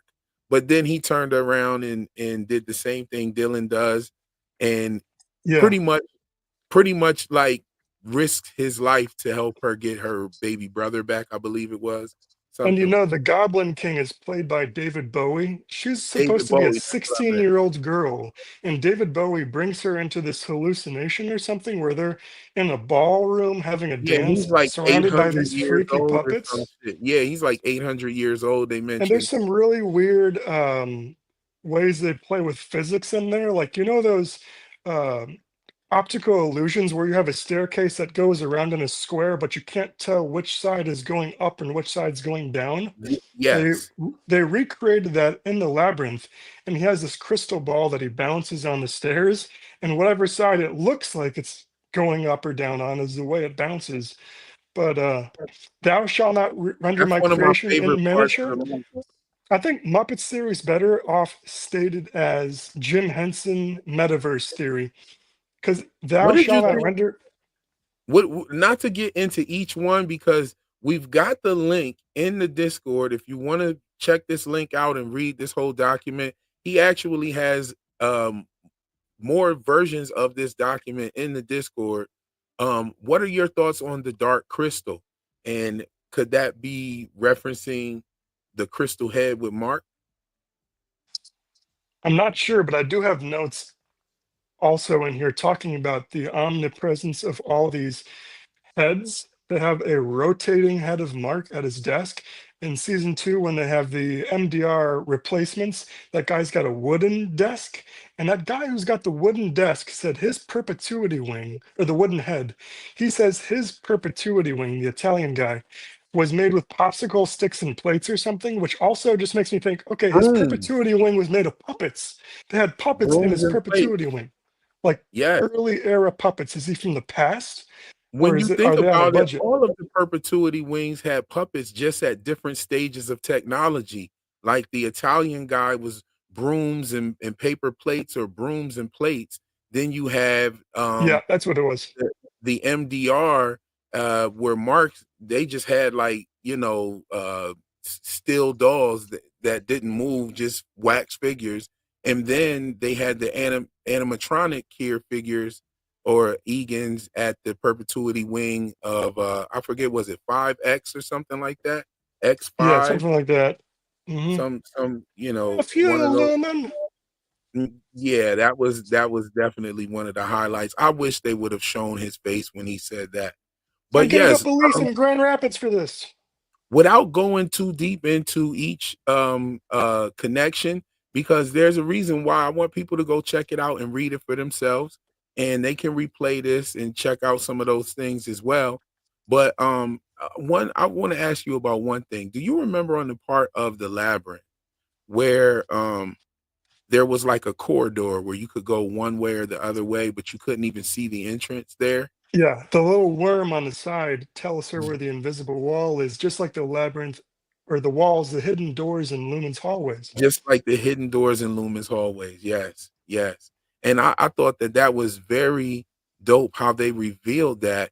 And you made that connection where Helly definitely started pushing on the walls as if she had some sort of inner knowledge about there being any secret doors or pathways. They revealed that to us a little bit more with Milchick's office when we seen how actually far that could go back there. And we also saw that when Evil Hodor pushed open that goat sacrificing room. Um, but I want to ask you this as well. How important do you think it was that Cobell didn't like her office? I think what's interesting about Cobell's office is in when Mark first meets her to take Petey's spot with Milchick on the way. I don't know if I sent this to you earlier. A lot of the stuff I've written notes about. Uh, Milchek is leading Mark to Cobell's office in season 1, episode 1, to replace Petey. And along the way, Mr. Milchek says, Miss Cobell is in her new office. You should make a comment about it. I just know it would make her day. And that implies she either moved from another office just before, or that after she was fired in whenever she was fired in the series, maybe she comes back later, or it's just at the very end when it all loops back in on itself. She's back in the office, and it's just where we've seen her to Oh, begin with. right. That ties right back into the a word last and final on that intake sheet. Yeah, That ties one thing right that back. season 1 does really well is it introduces us to the whole world of Severance with Lumen and gives us a look at Mark. But they slide a lot of stuff in there when you go back and watch it that seems normal because at the time we don't know anything about this world. But when you go back and listen to Helly's survey and make note of the specific expressions they're using and the tone and turn on captions to see where they cut themselves off, it Mhm. reveals a lot more about what's going on. That would explain the different levels of technology on the outside and the inside of Lumen, and the different cars and the the different the older cars that they have. Then they have some newer cars as well. They have like from a range from like 70s all the way up to the 90s, I believe, in cars. There's a couple shots of the parking lot where you could see different types of cars there. And I think there's a range Yeah. from like the 70s to the 90s at some point.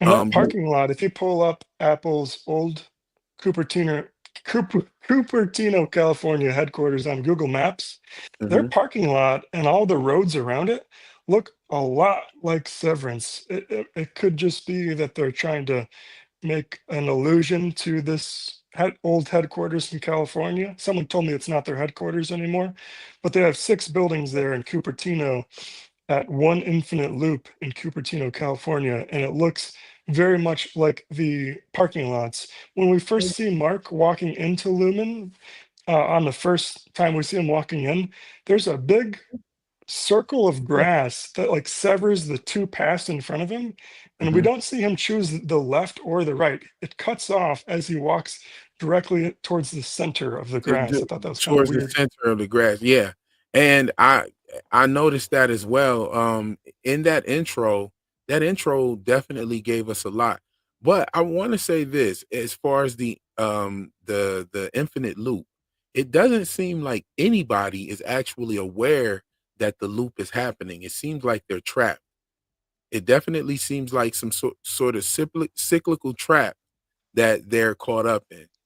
I'm Um not so sure. I think part of it might be with the within this loop theory is Mhm, that they come back to life, and Lumen, because of the bureaucracy of Lumen, the people that are in power are disconnected enough that they don't know, and they're letting the blind lead the blind in a sense where, okay, Mark seems like when he's doing the orientation for Helly, he intentionally throws it off because Irving calls him out for not reading the preamble after Mark's been lectured about doing this and just given clear directions from Milchek and the manual itself.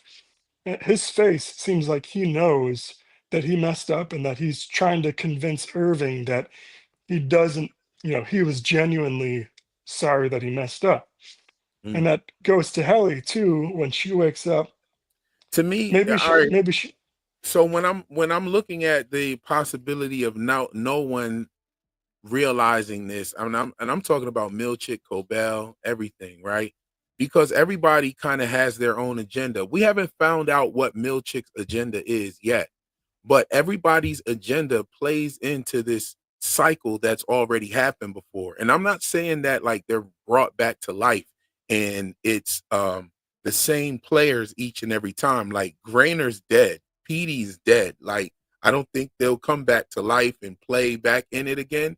But I think that the course of events have been cycling. Like um Kier and his wife, what was it, Imogene, meeting at work pretty much, kind of like a prophecy where we have Mark and Helly doing the same thing and replaying that Egan love story once again. You also have another version of that with Irv and Bert, right? And how they, kind of have this. They even talked about the actual painting themselves. They actually pondered on the painting together, about them finding love at the workplace. So, but Irving explicitly says about how in the handbook fraternization is frowned upon. But Then I, it didn't say it was prohibited. It just said it was frowned upon but then there's that scene where Irving takes the deviled egg and smashes it in the during the book. egg party, pre-waffle egg party social. Shout out to Vino D313. He says he knows one thing. This show is definitely one that can really make you conceptualize it in a lot of different ways. And I think that ties back to more of a broad sense of the Muppets theory, where the Muppets was about imagination and making kids imagine. I think what Severance is doing is it's intentionally giving all these historical references and drops through things that happen through time and different works of art that send people looking for answers and searching for meaning, and doing what we're doing right now by engaging our imagination as adults in a time at an age where it seems like the imagination could be gone. If nothing else, this whole thing is just a fun thought experiment to get people to imagine as adults. It's like the Muppet adults. It's like an adult versions of the Muppets. Okay, so I couldn't find the Mark Geller thing. I don't even remember where I heard that from. I think somebody said that in the Discord about Mark Geller. If you said that in the Discord and you in here, drop that in the comment section so I could find that, about Mark Geller actually um doing a voiceover for a Muppet character. I would love to pull that out. That would be crazy. I don't know if that is actually real though. Um and there was something else I saw in the Discord. They were talking about the Muppets actually were supposed to be an adult show. It was originally meant to be for Yeah, adults. it was originally titled Sex and Violence, and it was supposed to be a parody on what the Muppets creators thought was popular on late night television at the time. Oh, okay. So that just leans right into your theory about this being an adult version of the Well, Muppet. and what do we have in this show that we don't have so much in the Muppets? Sex and violence. If you scroll up a little bit on the frame you're there in the notes about the labyrinth, I just wanted to point one thing out, that Severance, the hallways are a labyrinth as distinct from a maze. Mhm. Maze is intended to make you lost and confused, whereas a labyrinth is like a walking meditation that's meant you walk through it and you don't get lost, and you're on a journey on a path that's clearly laid out to understand yourself. So that's Right. why It's I'm the path of also comparing enlightenment. it. Yeah. Yes. And we see that as Mark and Helly walk through the dark parts of the hallways, the light follows them in the hallways. And I want to point out that the light follows Helly in particular. Maybe because she's an Egan. And it I haven't. follows Gemma when she escapes from the testing rooms. When Right. she starts running down the hallways in the dark, it lights Those up. those lights on the floor. Yes, yes. But I was talking about those overhead lights on the severed floor, right? Yep, I know what They you're were talking like about. following her. And I think that on the testing floor, the lights just follow the people because they're walking through there. But it was funny because I seen it was a point where Mark was walking faster than Helly and she had to catch up to him. And when Gemma or Miss Casey was walking through the dark hallway, there was no light following her at all. And it was just following Helly. That was in season 1. You know what I'm saying? So, Yeah, yeah. for sure. They do a lot of weird stuff with the lights. I remember in season one during the jazz dance with Milchek, people were trying to like see if there was a pattern in the lights, and that thought came to my mind in the finale when the marching band came with the blue and green lights. But I didn't look into it any further. But there's definitely something going on. I mean, lumen, that's a way of measuring the amount of light. A lumen in a light bulb or something, it's spelled differently with an MEN instead of MON.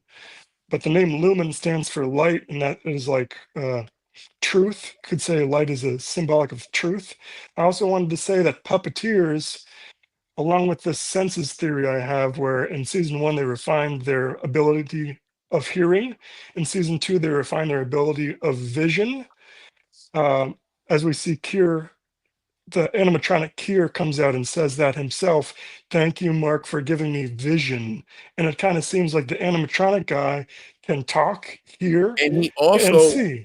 and he also corrected Milchick. Yeah, that When was they were funny. yeah, he was like, what was your what did Milchick said one of his favorite core principles was something, and then he was like, no, vision. He was like, I would say the same thing about you if it wasn't for one of my favorite principles. And he was like, Yeah. Hey, what so was, I couldn't I'm gonna remember it, I'm but gonna step out into the Jim Henson universe just a little bit farther. I don't know much about this show, but maybe the chat does, or anybody watching this afterwards. There's a show called Fraggle Rock that is within the Jim Henson universe. It's got their own Muppets or whatever. yeah, I love And that it's show. about this Growing up. society of puppets that live a secluded life underground, like away from everybody. And they all dream of what the outer world is like. And that seems to me like it's just got And Lumen they and have a, Severance written all over it. I think they have a, my uncle traveling Matt, where he goes out and he travels the world and he writes back to the Fraggles and lets them know what's going on in the outer world. And the way he describes everything, yeah, I know exactly what you're talking about. Like he describes like cars and stuff like that as giant beasts and stuff. And he talks about the dog in the yard when he runs out. The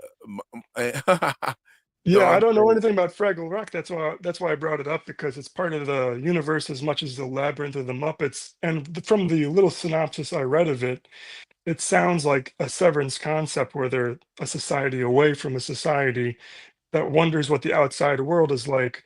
I mean, that's like Severance 101 right there.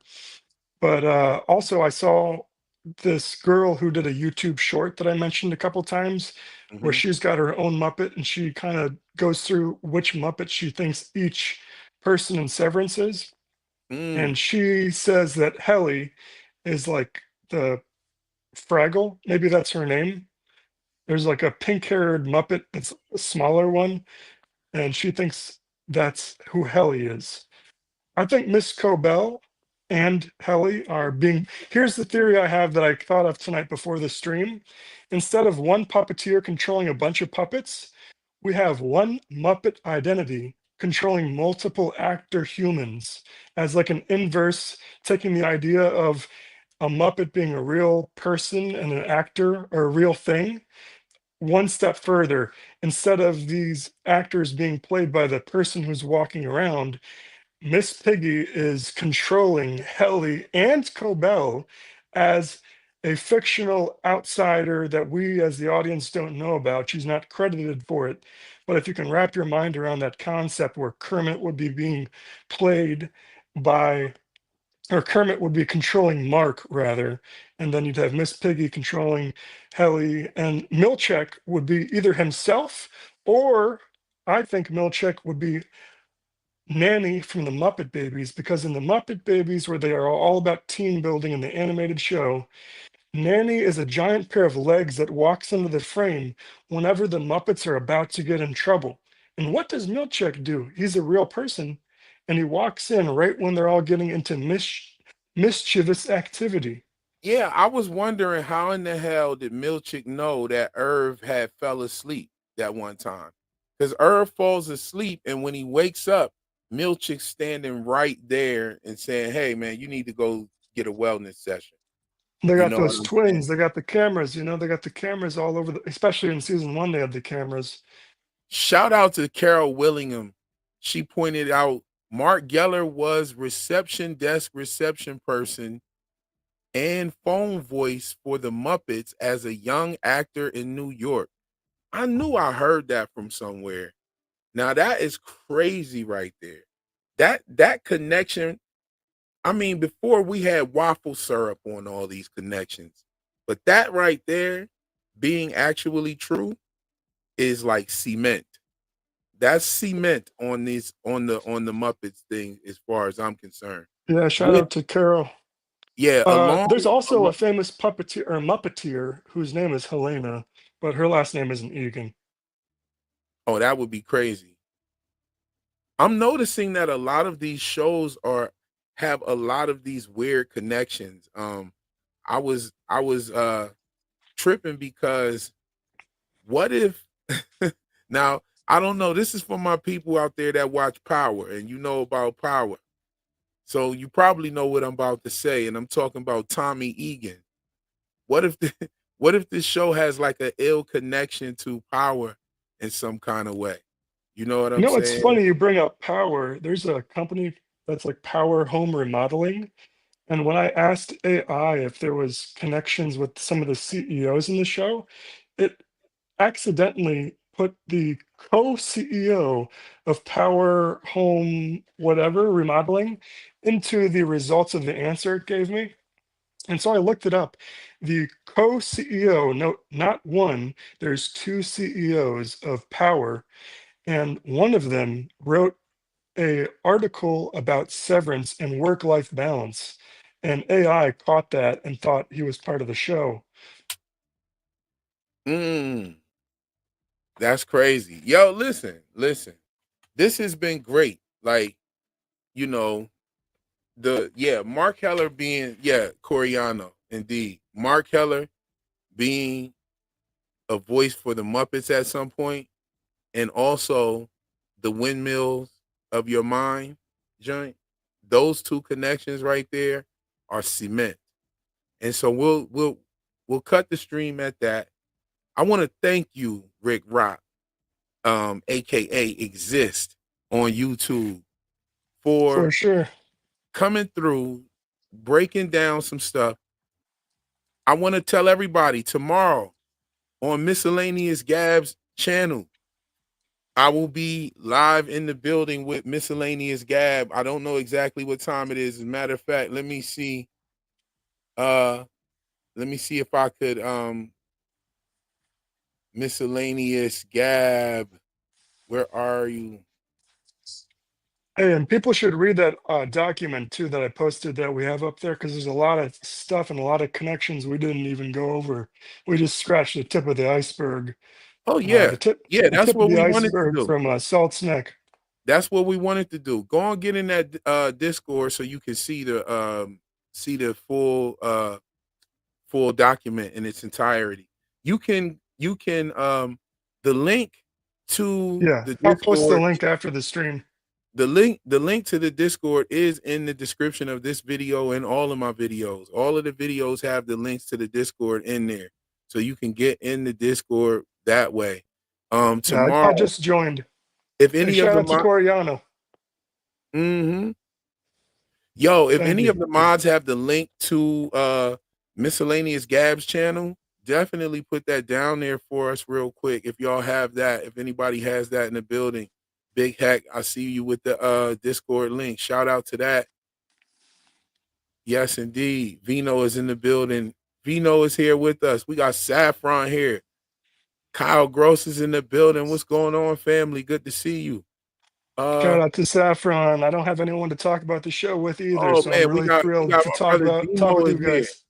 Demo is in the building. Yeah, who else is here? Bill Chill is here. Good to see you, Bill Chill. Yes. Who did not see earlier? Ah, okay. Margot is here. Yes, indeed. Margot is here. Yes, Tommy Egan.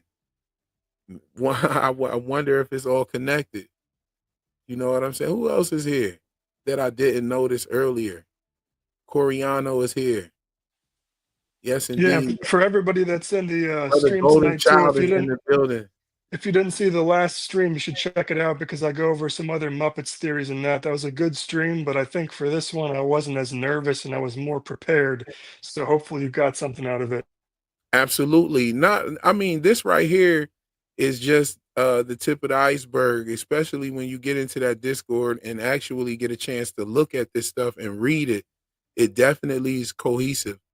Um, I mean, you put it together. It's very well put together. This is a great theory, and I think you have definitely tapped into something for sure.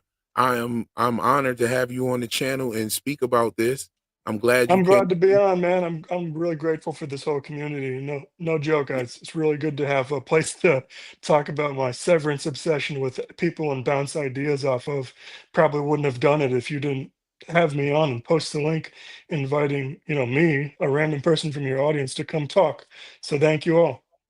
Oh, no doubt. Like, we're all theories here are welcome. You know what I'm saying? If you have a theory and you're serious about your theory, like, I definitely wouldn't mind bringing you up here and hearing how it is. We're all trying to figure this out together. This is actually the dope thing that these really great shows do is they put together these fandoms and these communities that actually want to dive into these shows a little bit more than the surface level. So, yo, shout out to everybody for coming through. I want to thank all of you that rocked out with us. You know what I'm saying? We're going to get out of here. I don't want it to be too long. I definitely want you guys to check this one out. I am going to rename this video, this live stream, and repost it. And tomorrow on Miscellaneous Gab's channel, please join the live stream that we will be having tomorrow. You know what I'm saying? I wish I had a link for it. Let me see if she has posted anything. Yeah, check Smash this. that like, everybody. Smash that like button. It really I'm gonna helps. go to the top of this so that when you see this right here and you hit that link in the Discord and it takes you right here, you know you are in the right place. It's a If you just want to go down a rabbit hole, start clicking some of the links inside that document and pulling up Muppets videos and rewatch Severance. You'll start making a bunch of Muppets connections yourself, and you can also lose your mind like I did. let me see here if she's set up her live. Let's look. No, she hasn't set up the live yet, but she does go live tomorrow. And I will be there with her tomorrow. I know we talked about it, so be on the lookout for that. Here's her channel. I can definitely post her channel. So go tap in Miscellaneous Gab. Her channel's fire, dope. She covers the White Lotus as well. So if you're interested in that, go check that out. I don't know what time yet, Debbie. Not sure what time. I just posted Miscellaneous Gab's link. Go ahead and hop on that channel and tell them Real sent you. Say I'm over here from Real's channel. I've been seeing a lot of people come over to the channel and they loved the live stream that we did together. I think that was definitely a fire live stream. And the one we did yesterday was crazy as hell. Not yesterday, but the last live stream, and then this one tonight. Like, we are on a roll with these wellness sessions, y'all. We are on a roll with these wellness sessions. And wait till I get my voice back. I'm hitting the ground running with content. I've already got like tons of notes, stuff that you've never heard before, stuff that you're gonna be like, holy fucking shit. Like, I'm You trying to might tell need to you, like, drink some of that. You might need some of that Reggae glue to yeah, drink to get you your might, voice yeah, back. exactly. I You need might, some too, because I'm like Kermit and Rickon mixed together, apparently. yeah, you definitely sound like Kermit and Rickon. You know what I'm saying? And I'm glad that you have a good sense of humor and weren't offended by that. I know some people out Oh, there no worries. real I'm soft showing my about. face tonight. I'm not afraid. All right, yeah. I look worse than I sound. but what we gonna call you? Kermit. Well, I put under my name Kermit. Kermit X Kermit. Rickon. Kermit. Kicking, kicking. Kermit the detective. Yes, indeed. Yeah. He's found the clues. People dropping gems in here. Kyle said people dropping gems in here. Kyle is 100% right. People are dropping some serious gems, not only just coming up here, but even in the live chat. Like, people are definitely cooking. I had fun tonight, y'all. As I say every time, just a little something to think about while we wait on the next episode. That's all for the live stream Kermit. wellness Kermit. I set. like it. Yeah, Kermit. Yeah, I know that's people all. who are in the chat tonight, their fingers got to be hurting because whenever I'm in the chat, I'm typing so much and I know it's not all getting seen at all, but I'm All getting it right. out. I'm exercising my Kier demons. Indeed, indeed, indeed. What was I saying? Where was I at? I was at the outro. That's all for the live stream wellness session this evening, family.